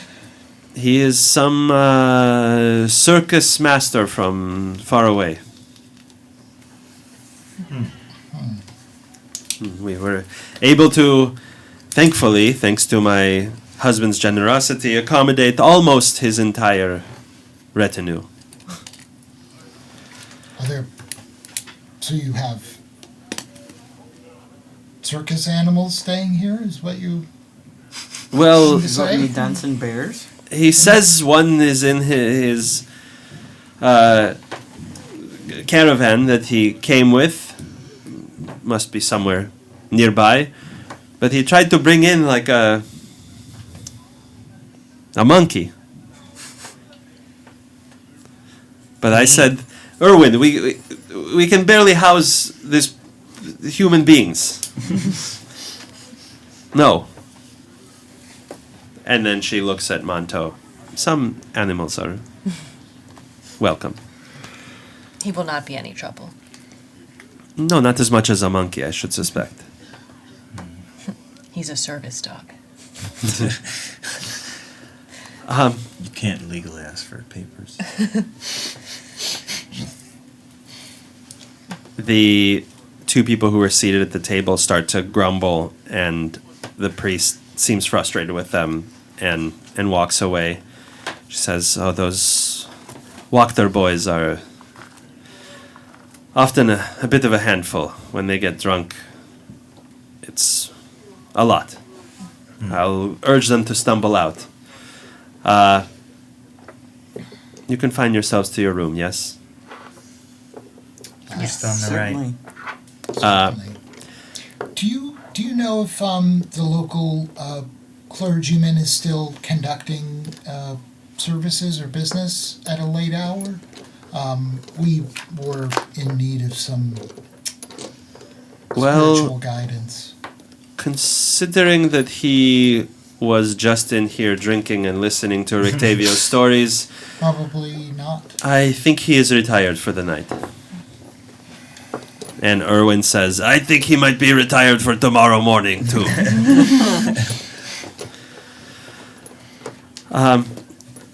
As the two men at the table slip out, stumbling,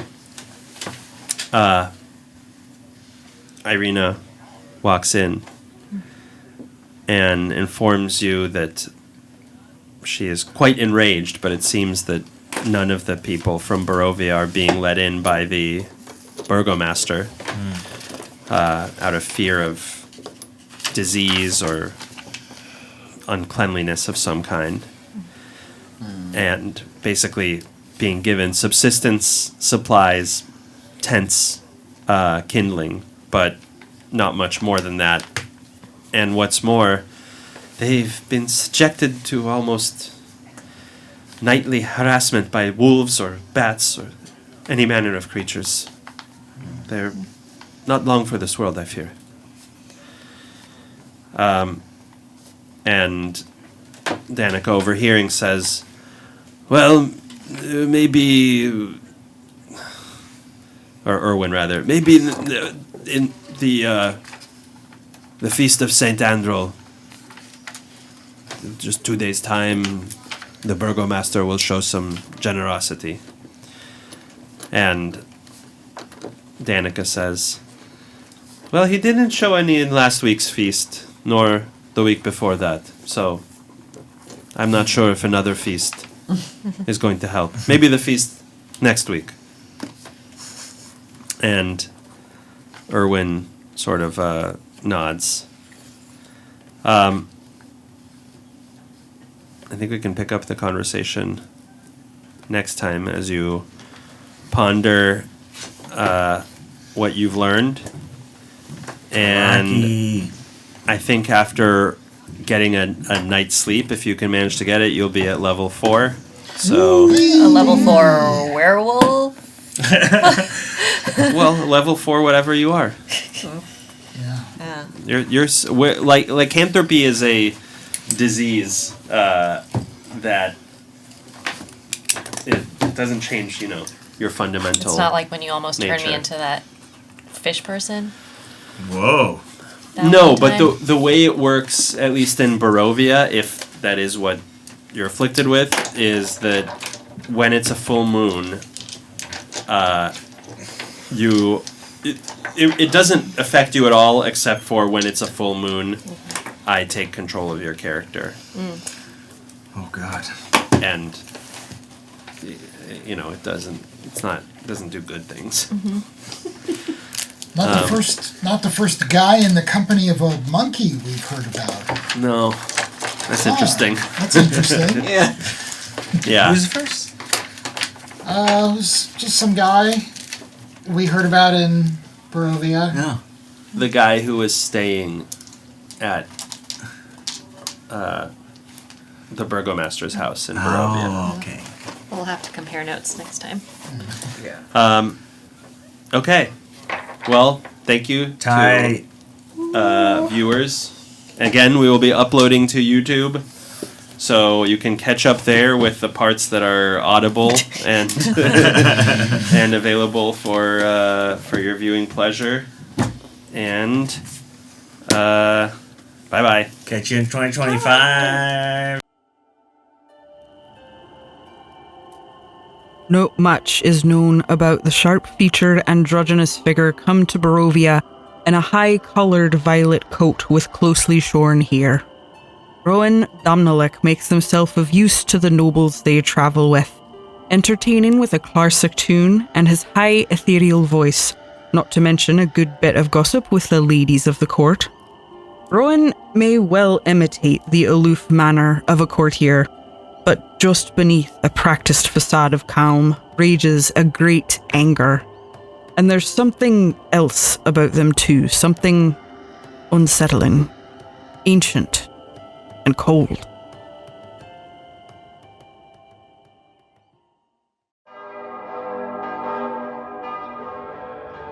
Father Esquivel is an ordained priest, sent far from home on missionary work.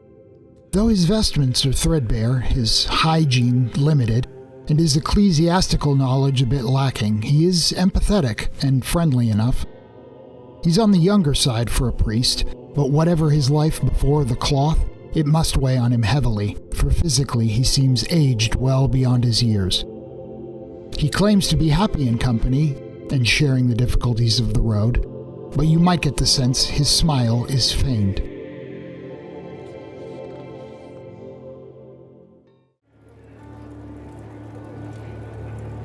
Even while petting her ornery pet Pekingese Monto, Lady Lan never smiles. A severe Chinese lady dressed in elaborate silks and other finery, Lady Lan never seems to have a hair or jewel out of place. Despite having traveled many months through the deserts of the Silk Road and faced all manner of challenges, you will never see her with a smudge in her makeup. And yet, anyone who spends enough time with her will notice an anger glimmering behind this otherwise impenetrable exterior. Something must give.